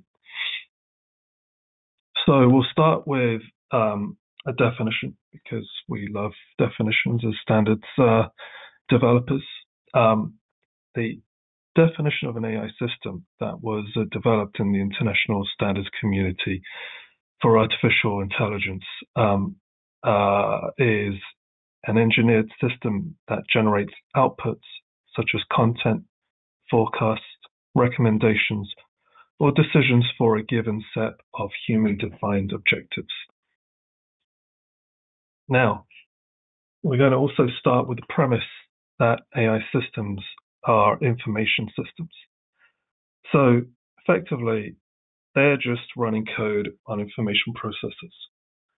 And so your, in quotes, conventional information security and cybersecurity techniques apply in order to protect your AI systems in the same way you would protect other information technology or software applications. And the figure here effectively just shows, a very simplified model of the aspects kind of related to an AI system, from the point of training an algorithm with training data to using the trained model with input data to output, again, data. So effectively, just like an information system, it's information in, processed, and then information out. Next slide, please. So what can we do to secure AI systems? What we'd like to do is secure throughout the AI system lifecycle, which is presented on the right-hand side of the slide, and that comes from the International Standard for Terminology and Concepts for Artificial Intelligence. And therefore, you're going to think about security right from the inception of an AI system through to its training and development, its deployment, and then its use right until its retirement. Security of AI systems it needs to be a shared responsibility, both between developers and providers, and also users of those systems. And it's entrenched in risk management, just like we heard from Bridget earlier on 27001. We can use existing controls, like what was mentioned in the 27002 session earlier from Sabrina, and many of those controls can be applied to securing AI systems. And we'll see on the next slide some techniques that are also alluded to within 27002 as part of the implementation guidance of various controls. We have guidance from various organizations like the UK National Cybersecurity Centre, secure development and deployment guidance, but also from the US NIST organization on secure software development framework. And the UK NCSE has also recently provided some new guidance on securing AI systems that makes use of both of these bodies of work. Next slide, please. So here we'll delve into some of the things that are proven to be effective in protecting AI systems. And we'll talk about zero trust, threat modeling, and red teaming. Means buzzwords, probably things you've heard of, certainly as useful tools within the cybersecurity landscape, but also more recently being applied to things like generative AI models and large language models. So zero trust principles have been proven to be very effective, particularly as we start to think about cybersecurity much more holistically, not only across devices and information systems, but also across geographies. And so it provides a set of principles that looks at cybersecurity, very holistically, and those principles can be supported by many of the controls that are in ISO IEC 27002, for instance. And so we'll briefly go into those in terms of verify explicitly, which effectively translates to always authenticate and authorize based on available data points. And so you need to know who it is that has access to, in this case, your AI system, and whether or not they are allowed to have access to your AI system. Use least privilege access, which effectively limits user access. And the access control really is one of those key mitigation measures that certainly are very useful in order to protect training data, for example. And so you effectively use techniques like just-in-time and just-enough access to allow users who are authorized to have access to data and information and systems on a need-to-know or a need-to-use basis, right? And then assume breach. Effectively,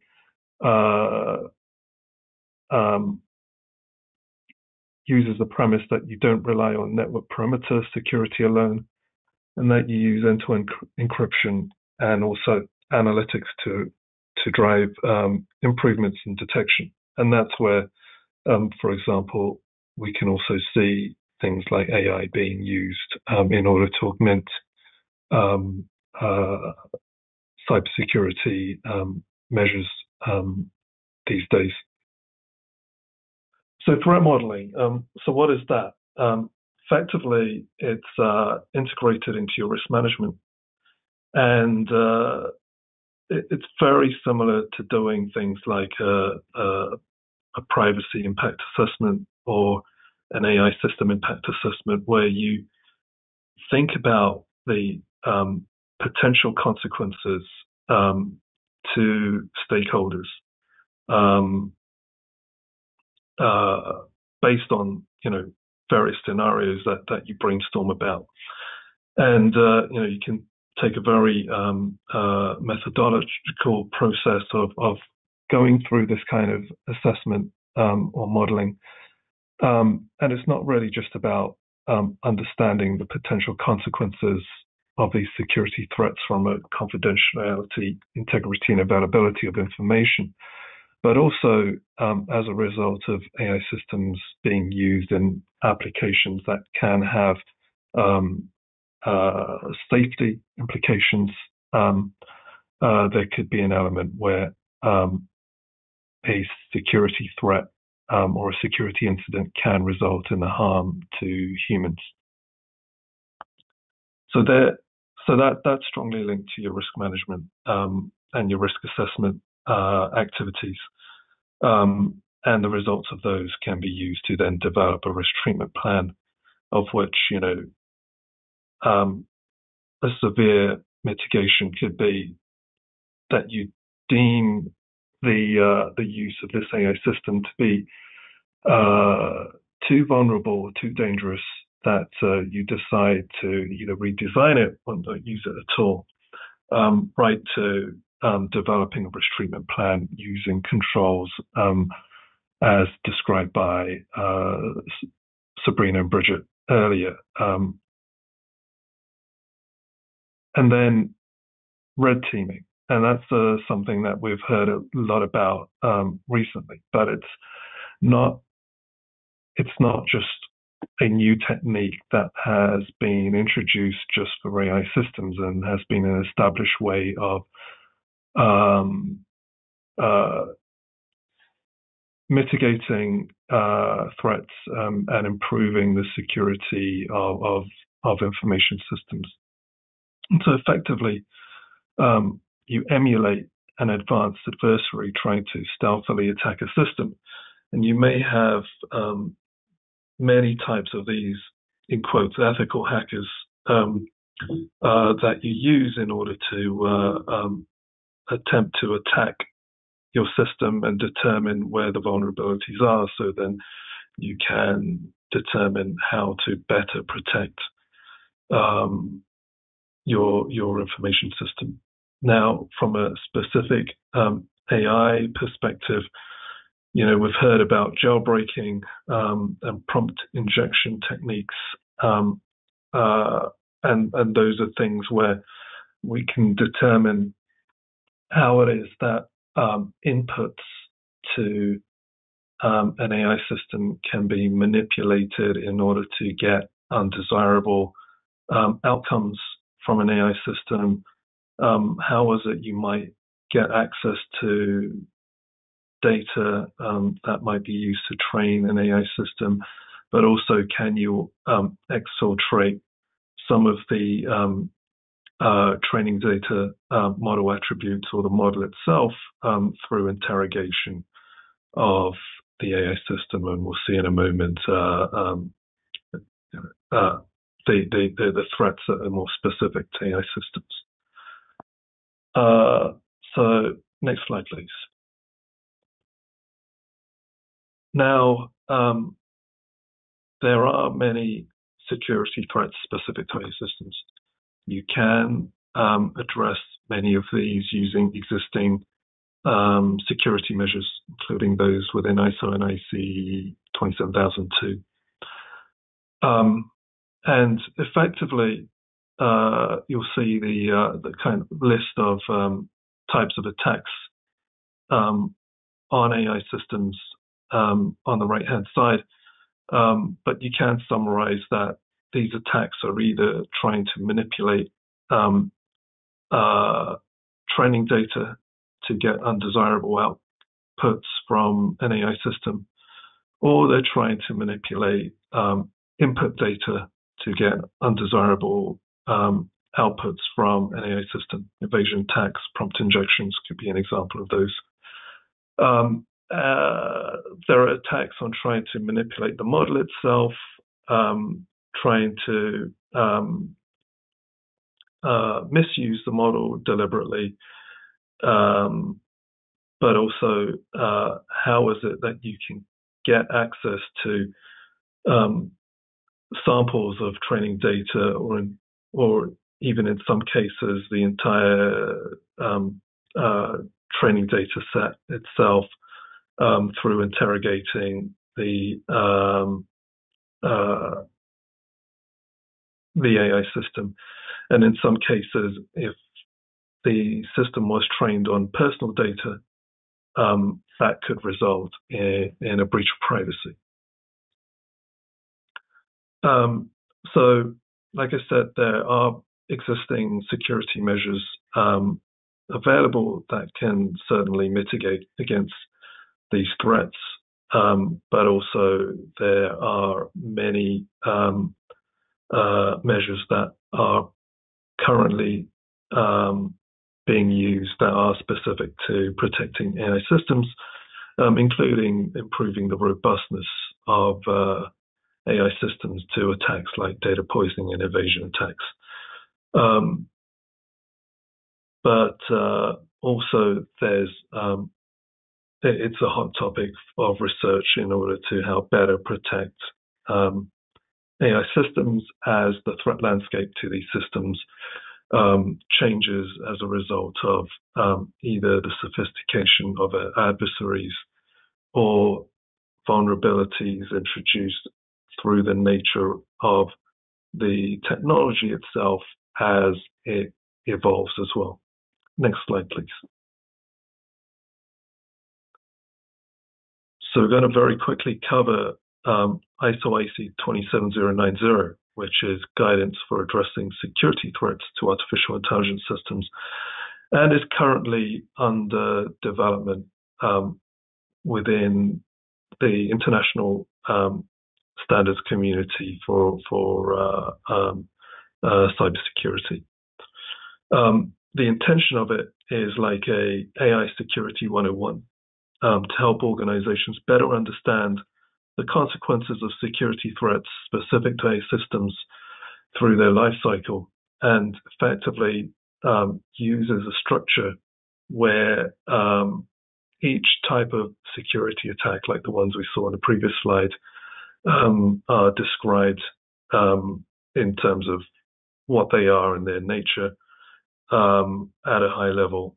The types of failures caused by attacks, including use of examples to demonstrate those failures, and to cite those failures in terms of a consequence to confidentiality, integrity, and availability. Are these attacks detectable? In some cases, it's very challenging to detect these kind of attacks. And how detectable an attack is also determines how effective mitigation measures can be applied. And then lastly, what types of measures are needed to mitigate these attacks. And the analysis there also includes the types of zero trust principles that can be applied to effectively mitigate against the particular attack. The document also includes a view of how these attacks relate to the AI system lifecycle, and that's available in the appendix. And I expect the document to be published in about the end of next year or early the year after that. And we can't conclude a session on artificial intelligence without mentioning 42001. So as we learned about 27001 earlier, there is a management system standard for artificial intelligence that effectively helps organizations implement processes, and the processes being very identical to the processes that are defined for information security, but are accented in order to help an organization take a responsible approach to using or developing AI. So if we think about the risk management, for example, instead of being solely focused on information security, it would be much more holistic in terms of supporting risk management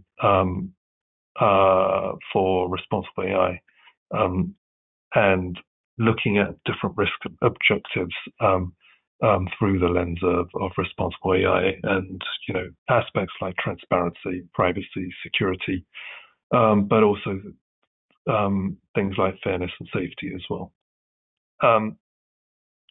The scope of the standard is flexible to allow organizations to define what responsible AI means for them, and through that risk management approach, determine also what types of controls would apply to your own organization. And it's intended to be certifiable by third parties. And just to mention on the reference control set that's included in this document, rather than being a separate one similar to 27002, is that it's a reference control set that allows you to determine which controls through your risk assessment are applicable to your organization and your risks and your stakeholder requirements. But also you can augment the controls you apply using controls that you've designed yourself or taken from other control sets, including the use of controls from 27002. And the statement of applicability mechanism is also included in this standard as well. And I'll leave it at that, and we might have time for questions. Thank you. Fantastic. Thank you so much, Milan. That was a great overview and a really practical approach to securing the threats around AI. We've got quite a few questions, so I'll just maybe pick out a couple before we go to the break. The first one is around, a kind of broad question on, how have you seen AI changing the cybersecurity landscape? Have you seen any changes so far, or do you think it's yet to be adopted? I mean, it certainly introduces challenges, as we've seen the technology evolve very quickly, the ability to use it not only for augmenting positively human experiences, you can also use it as a weapon or as an for adversarial purposes, including things like disinformation, but also to augment cybersecurity attacks. On the other hand, we also see that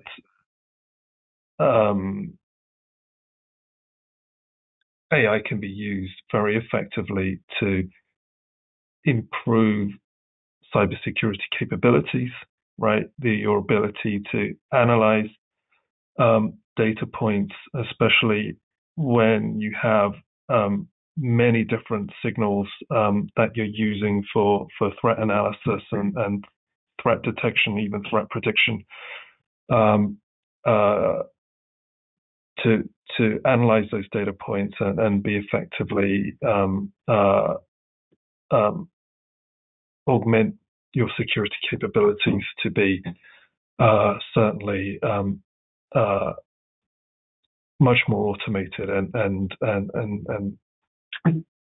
beyond the capabilities of humans to analyze so much data very quickly in order to respond or protect from cyber attacks.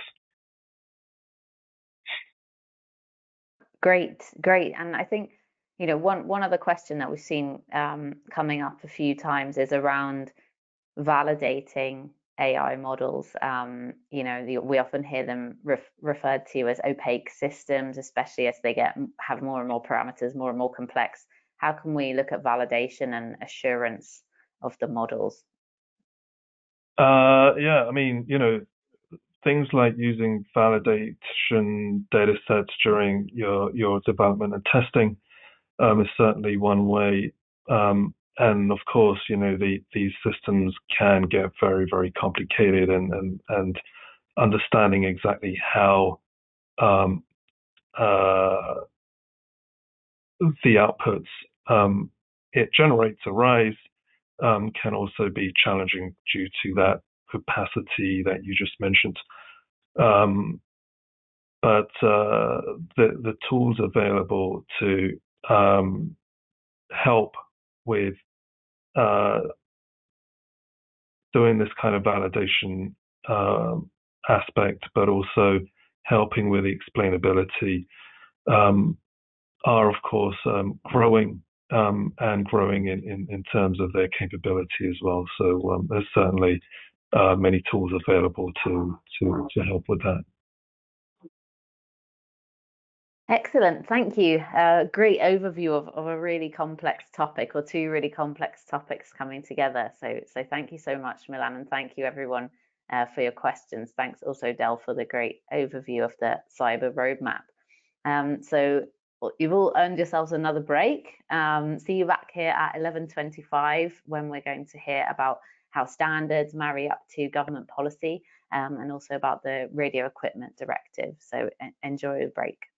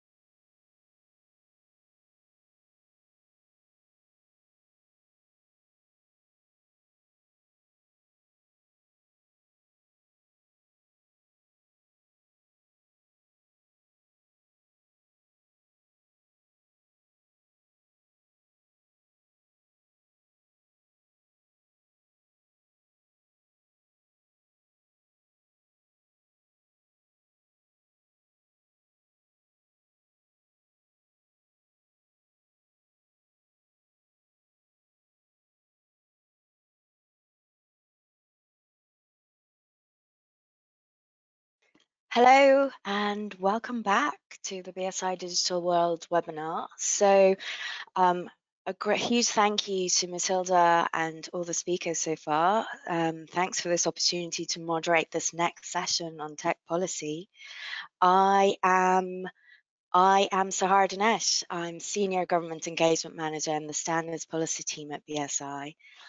Following this morning's very interesting and insightful technical sessions, we're now going to bring a public policy perspective to the discussion and explore the role of standards in support of policy, regulation, and government strategy on cyber resilience.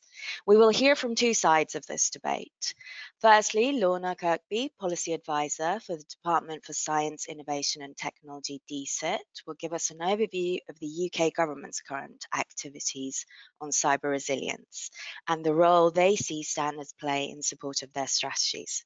Then we will hear from Simon Dunkley, Global Spectrum Lead from ITRON, who will give us the industry perspective and how the work of standards communities and committees support public policy and regulation.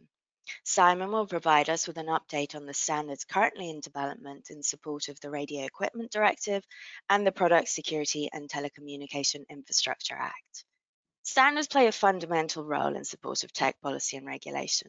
Because they are transparent and independent, standards have the legitimacy and degree of market acceptance to be used as policy development tools and in support of delivery of regulation. As the UK's national standards body, BSI works closely with the UK government to inform them of the role of standards in support of policy and works to channel the expertise of our committees to policymakers. At a time when governments around the world are looking to shape their framework for governance of emerging technology, standards provide that consistent underpinning that is globally aligned and trusted, enabling businesses to be interoperable and to be able to trade and providing certainty to consumers. As digital technologies become more broadly used in everyday lives of citizens, there is a need more than ever for this sector to work closely with government and regulators to help shape new governance frameworks that enables innovation while mitigating the risks that we spoke about. So we will encourage you all from this session to come and participate in committees and support us in this work as we go forward.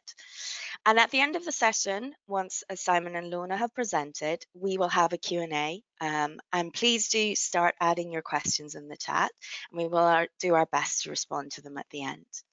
And with that, I would like to hand over to Lorna for her presentation. Lorna, over to you. Thanks very much, Sahar.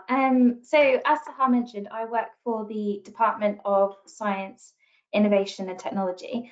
So today I'm going to give a little bit of an overview of how our public policy interacts with formal standards. There we go. So firstly, we are a relatively new department. We only came into being in February this year. So I wanted to give you all a kind of brief intro to some of the cybersecurity policy that we cover in DCIT. Which many of you will already be familiar with anyway. So our policy areas include looking at emerging technologies, the most high profile of which at the moment is obviously AI. So DCIT played a leading role in the organisation of the recent summit and will also be taking forward a lot of the cybersecurity commitments that have come out of that. I work in organisational cyber resilience side of policy, which is about getting private sector organisations of all kinds in all sectors to better understand and mitigate cyber risk. And many of you will have heard of the Online Safety Bill, of course, which has hit headlines over the past couple of years. And we also do a lot of other work on consumer technologies such as consumer IoT and mobile app stores to help protect consumers from harm. And then we're also doing work on things like digital identity and connected places technologies to make sure that they can be used safely in the UK. And we also have a great portfolio of work on cyber skills, including everything from formal education to kind of ad hoc professional development opportunities as well. And there's more as well, but not enough to fit into a 10-minute presentation. So in many cases, developing new standards is actually part of the policy journey. So I've got a little example here from the product security side of the PSTI Act, which is a really good example of how this can work. So the department started by developing a code of practice for manufacturers of consumer IoT in 2018. This essentially laid the groundwork by providing clear expectations for what manufacturers of consumer IoT products should be responsible for in terms of security. And then this was developed into the ETSI standard EN 303645. It was then judged that actually harder levers were needed to drive meaningful change in this space. So then legislation was laid, which would allow government to introduce security requirements for manufacturers of consumer IoT on the more regulatory side of things. And this included identifying 3 initial security requirements for those manufacturers, which were selected from the content of the standard, and were chosen as kind of what we could reasonably expect from all manufacturers in a proportionate way as kind of minimum actions they should be taking, and also because they were measurable for compliance reasons. So those 3 factors were kind of no default or easily guessable passwords.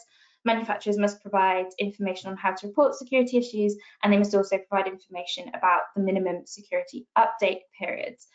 So this is a particularly helpful trajectory, going from a code of practice to a standard to legislation for addressing new and emerging technologies, especially where there's policy is moving into a new kind of space for the first time. But the landscape looks a little different when it comes to organisational cyber resilience policy, which is the part that I work in. So in the case of cyber resilience, we're mostly focusing on long existing technologies, such as things like software, cloud services, network security, etc.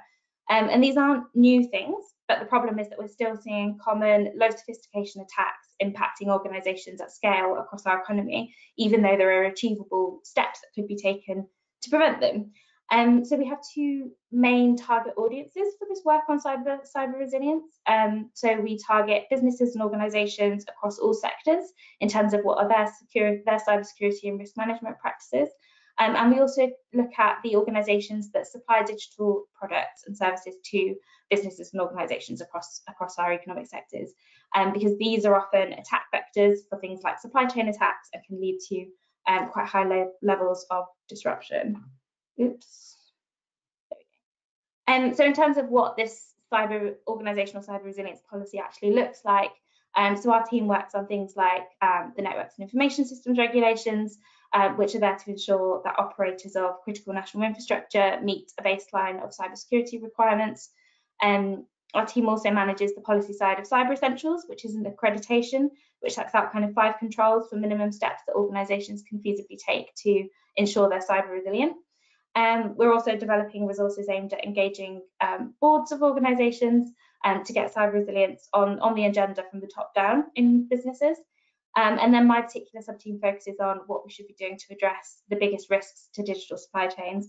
And because of the sheer ubiquity of software and the relatively high frequency of software supply chain attacks recently, we're currently focused on software resilience and security. So on software resilience policy, we consulted on the issues around software resilience and security earlier this year. And in that consultation, we asked for public input on which risks relating to the development, distribution, and the use of software by organisations that we should be most worried about, and which would warrant kind of intervention from government. And we also tested public appetite for different kinds of policy levers available to us. So this includes things like new standards, guidance, legislation, funding, etc. We'll be publishing our government response to that consultation shortly, so please watch the space if you're interested. But one of the key things that came out of that consultation and that we learned from it, the experience, was that actually this is a really big issue that needs to be addressed holistically. There's such a wide range of factors impacting software resilience, from its development to how vendors are interacting with their business customers, how customers procure and manage software once they have it, and I could go on. And this will therefore require a wide range of policy options to kind of really capture the attention and drive behavioural change from a range of different technical and non-technical audiences. So the thing about the work we do on software resilience and actually cyber resilience more generally is that we don't need to reinvent the wheel, but we do still need to drive more effective change to bring the number of attacks and the level of service disruption to the economy down. So we're entering a space where there's already a lot of information around, including national and international standards. There are industry frameworks, there's technical guidance and different commercial products that organisations have got access to. So we're looking at what government really needs to do to add value to this space, especially when we already have kind of existing standards out there. So what can we do? So one of the things we can do is we can simplify or repackage some of the content of standards to help to drive uptake or to kind of draw attention to specific areas of those standards. So this could be, for instance, creating a code of practice that highlights key principles and expectations for different types of organisations, and that's just one example.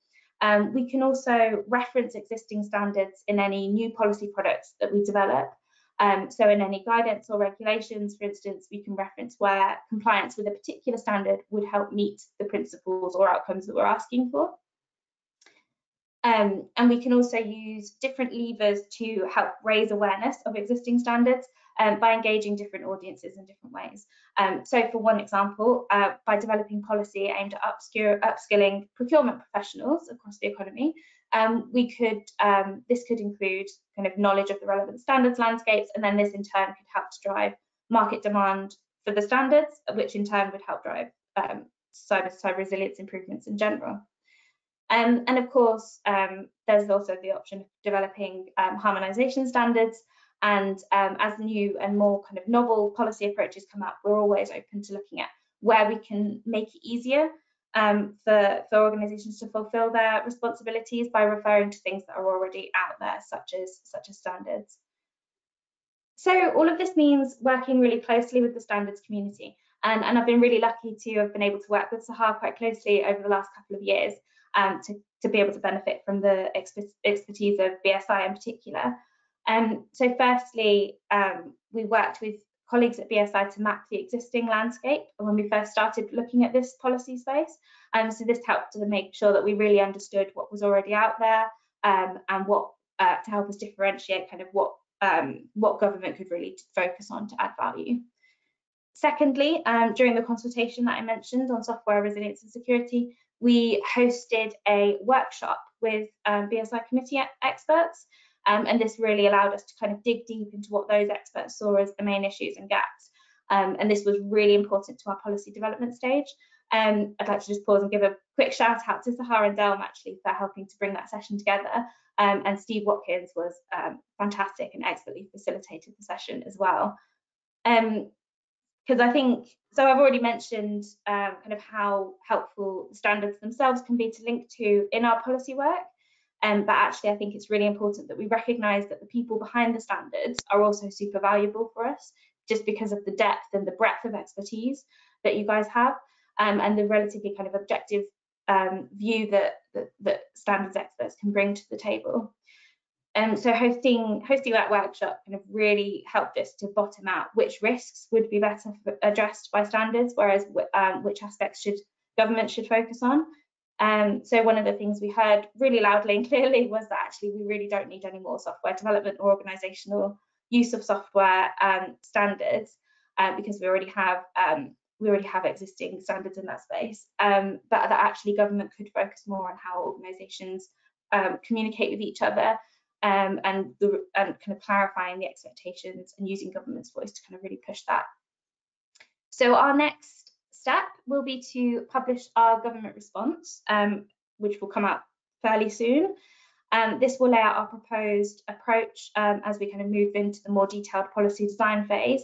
And we're really keen that the standards community's perspectives are reflected in that work and that we seek kind of opportunities to reference and align with existing standards where appropriate as well. So in that sense, I guess this is a bit of a call for action. So I'm sure there will be plenty of opportunities to get involved in our work over the next year or so. That could be through formal consultation routes, or I'm sure we'll be able to arrange some more face-to-face engagements, such as the workshops that we held earlier this year, as well, if there's enough interest. But yeah, also, I know you're meant to be asking me questions today, but I'd also really love to hear from any of you about how you'd prefer our team in government to engage with you, and also what we can do to kind of support standards development as well. I've put my contact details on the final slide there for anybody who wants to get in touch. Please don't hesitate to reach out. I think that's my 10-minute canter up. Do I pass back to Sahar?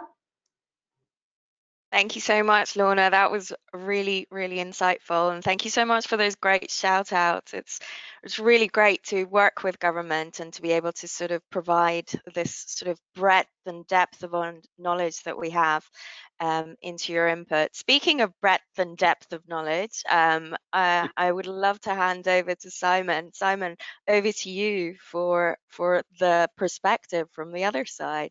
Thanks.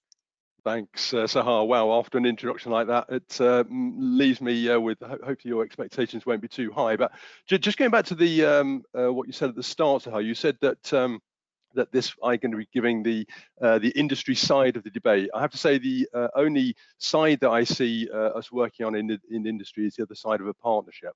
Working with government, we find certainly the UK government have been great in engaging with us with any concerns that we have had with the construction of legislation, and it's also good to see them getting involved with the writing of standards as well.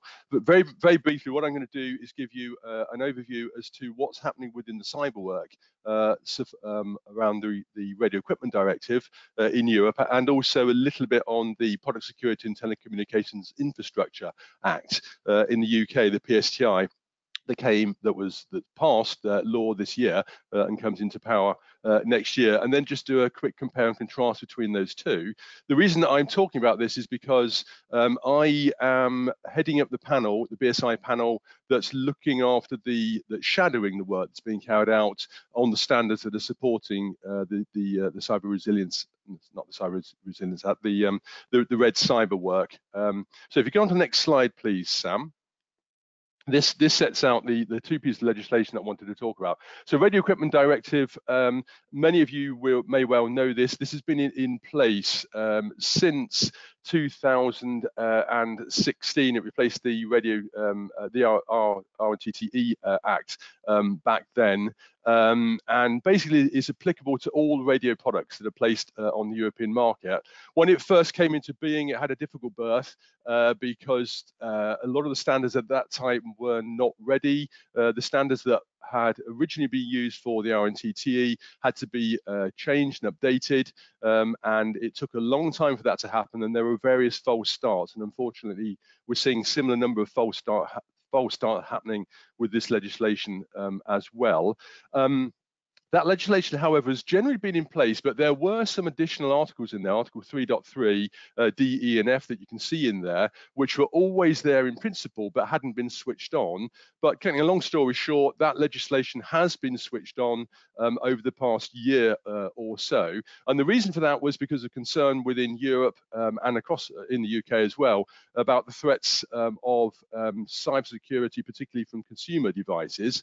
And something needed to be done about it, particularly because devices like webcams were being recruited into botnets, and also because of the vulnerability of people like children that were using cameras at home. So something needed to be done, and this is what the Europeans did. They decided to switch on these clauses within the RED. So instead of just focusing on consumer products, that basically meant the legislation is applicable to all products. Contrast that with the PSTI that's been introduced in the UK. That's a lot more practical, and that is explicitly focusing on consumer connectable products. Okay, so that's the legislation. The CE marking underneath there, basically, in order for radio equipment, for you to place equipment on the market, one of the pieces of legislation is the RED that you need to pass in order to get the CE marking. And the UK CA is a marking that's needed for the UK. When we first started working on the cybersecurity stuff for the RED, those of us in the UK didn't actually think that this would have any direct impact on us, but we were interested in it because many of our members were looking to place equipment on the European market. However, since then, I'm sure people are aware that it's now possible and it will continue to be possible for the CE mark to be used for placing equipment on the UK market. Therefore, that's why it is of interest for people in the UK to keep an eye on this. So if you move on to the next slide, please, Sam. This sets out what the situation as far as the standards are concerned. So those are the two pieces of legislation. The red cyber work has led to a standardization request which went to JTC 13 Working Group 8. So that's basically the group within CEN-CENELEC that's responsible for writing the standards for that. And I've been involved with that group now for 12 months or so. And as you can see on the left-hand side is the BSI group that I chair, which is keeping an eye on that. So far as the standards are concerned, we're producing 3 standards, -1, -2, -3, which corresponded to those 3 areas that were on the previous slide, which was security of telecoms network, data privacy, personal data privacy, and then fraud as well. And those have just been produced in draft.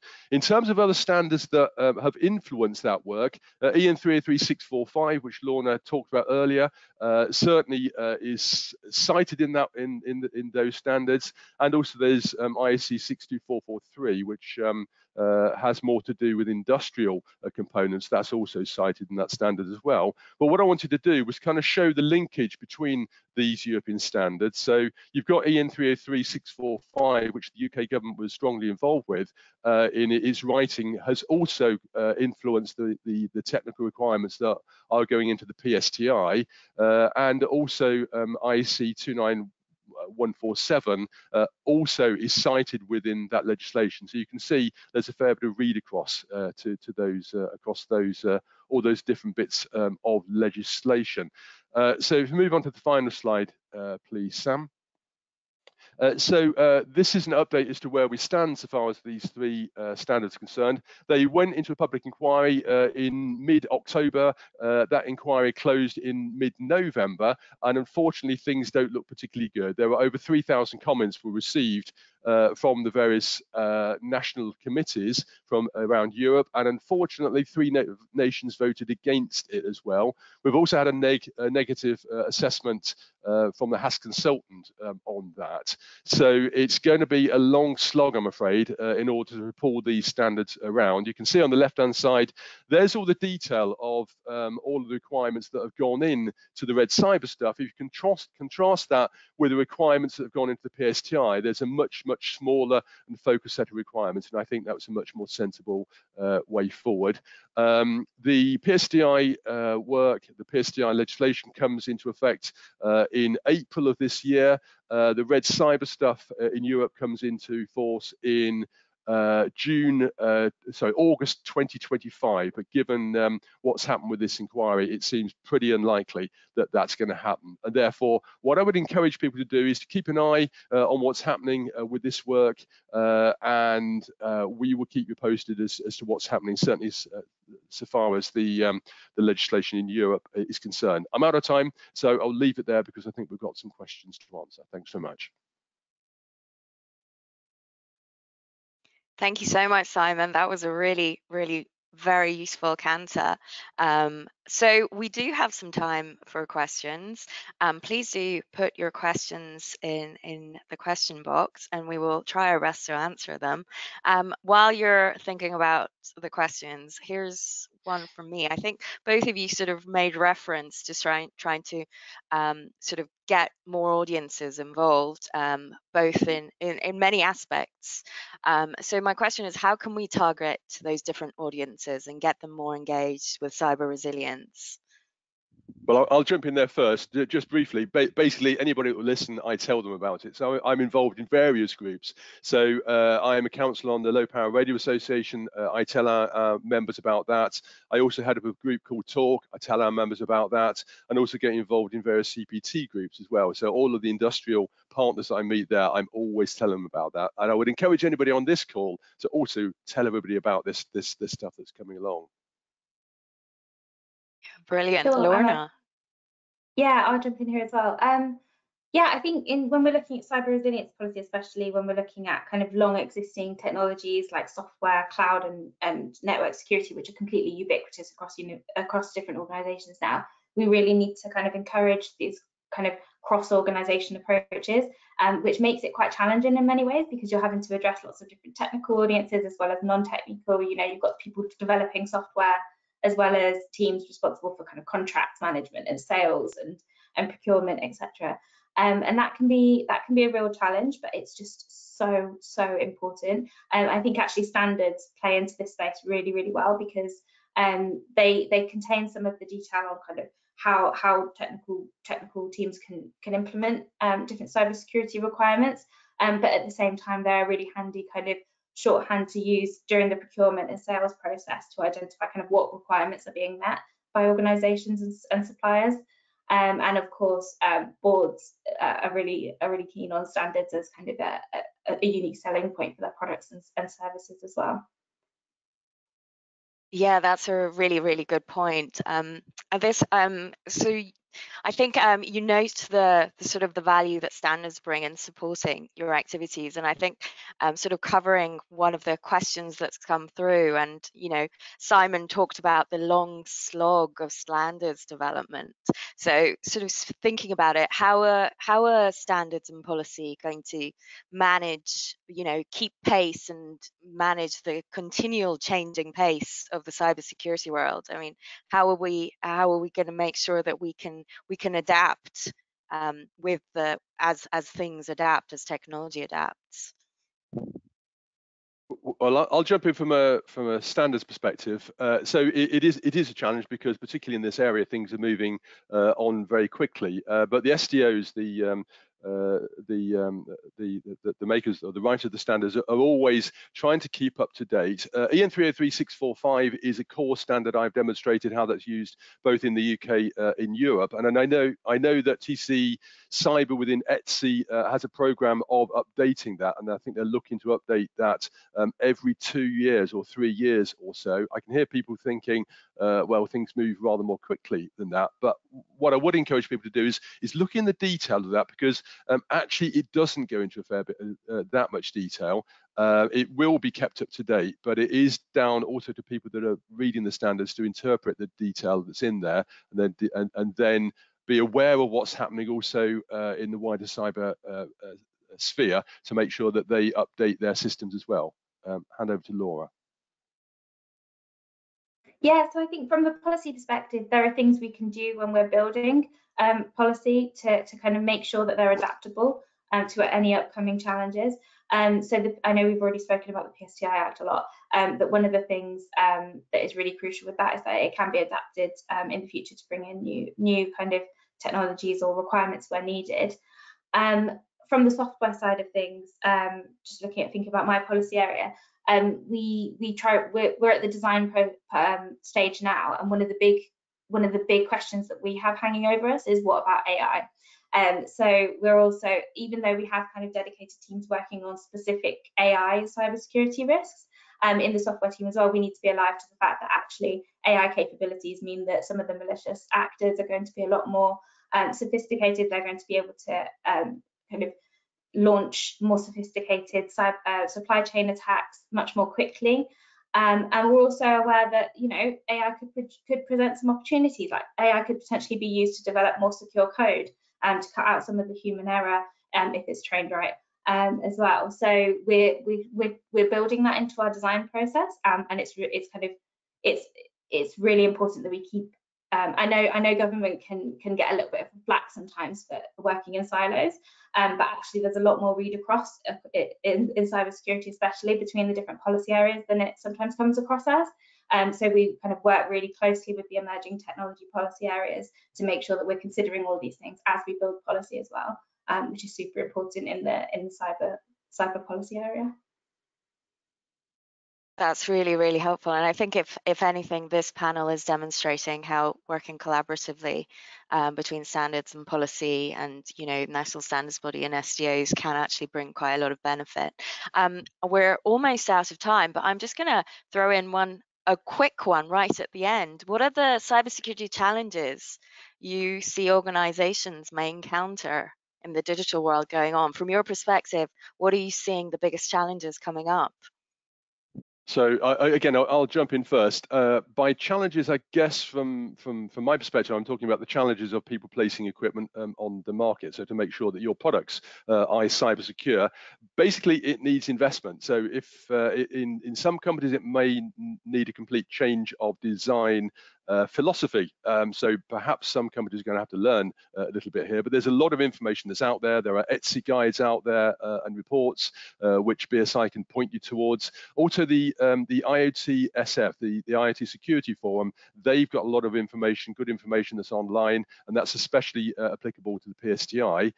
And also, whilst I'm talking about the PSTI, there was a very, very good seminar by Lorna's colleagues last week, which is recorded, and that link is available. I would encourage people to have a look at that. And then, of course, there are the standards, in particular, those that we've been talking about today, not least the 27000 series.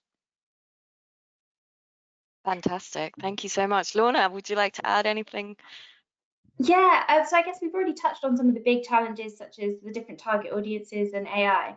But another one that I'd like to throw into the mix is the complexity of some of the longer existing technologies, and how quickly those are increasing in complexity, especially as we might end up having AI writing software, for instance. And one of the kind of real challenges at the moment is kind of keeping track of dependencies in software. And as our systems and software products become more complex and more people across different organizations are depending on them for their day-to-day operations, it's going to be very difficult. So I think one of the things that we are always conscious of in software policy is that actually we need to put something out quite quickly, because the more complex it becomes, the harder it is to kind of retrofit any solutions that come out. So one of the big things is internationally, there's a lot of work to develop software bill of materials, for instance. And it's quite commonly known that it's not too hard to kind of generate SBOMs at the kind of development stage, so that they're kind of tracking what's in a piece of software. But what is really hard is to then kind of apply an SBOM or create an SBOM for a piece of software that's already been created and shared. So kind of getting it out in good enough quality and good enough time, so that it can actually make an impact is another one of the really big challenges. Thank you so much, and thank you to both of you for those really insightful presentations. Unfortunately, we're out of time, but I'm gonna thank you and hand you back to David. I'm handing you back. Yeah, thank you so much. Thank you, guys. It is much appreciated, and I've only got about 3 minutes left to try and sort of summarize what was said. I'm not going to try and do that. There are a couple of things I want to pick out, but firstly and foremost, I wanted to thank all of our speakers, our panelists, for their efforts today. It is super, and it is much appreciated. I'd also like to thank our organisers. A huge amount of work goes on behind the scenes in bringing these things together, and is much appreciated to our events team in their efforts in helping us deliver these webinars consistently in a very professional way. I was going to try and summarize one thing that all of our presenters said, but there were so many great things, it's quite difficult to do, but I just wanted to pick up a couple of things. One, it was mentioned holistic risk management. I think it was Sabrina who mentioned it early on in the session this morning.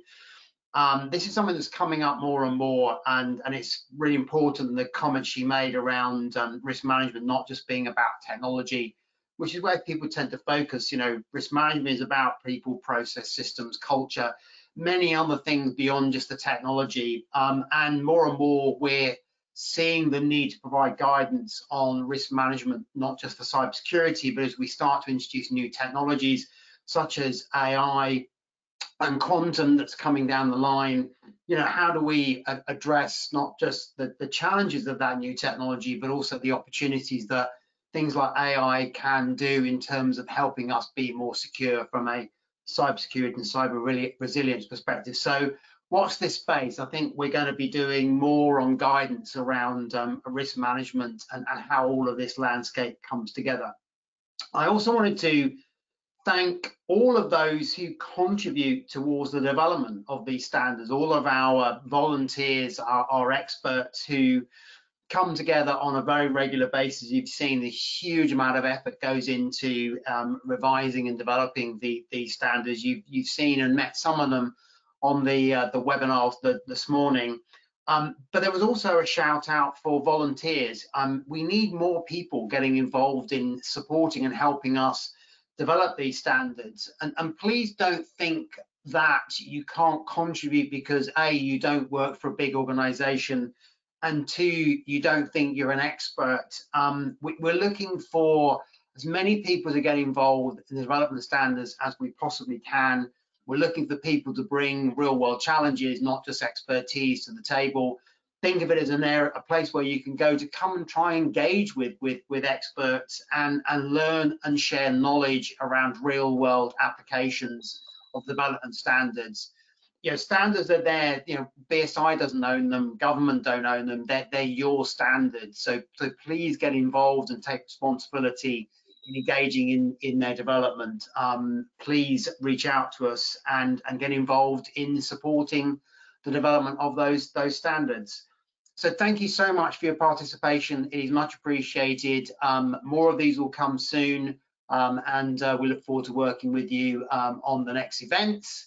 And that's great timing because we mentioned this earlier on today. ISO IEC 42001 launch event is coming soon. Watch out for that. We'll be doing more around risk management as it relates to AI in the new year, so please watch out, come and join us and get involved in the events as they come up. Thank you very much indeed, and speak to you again soon.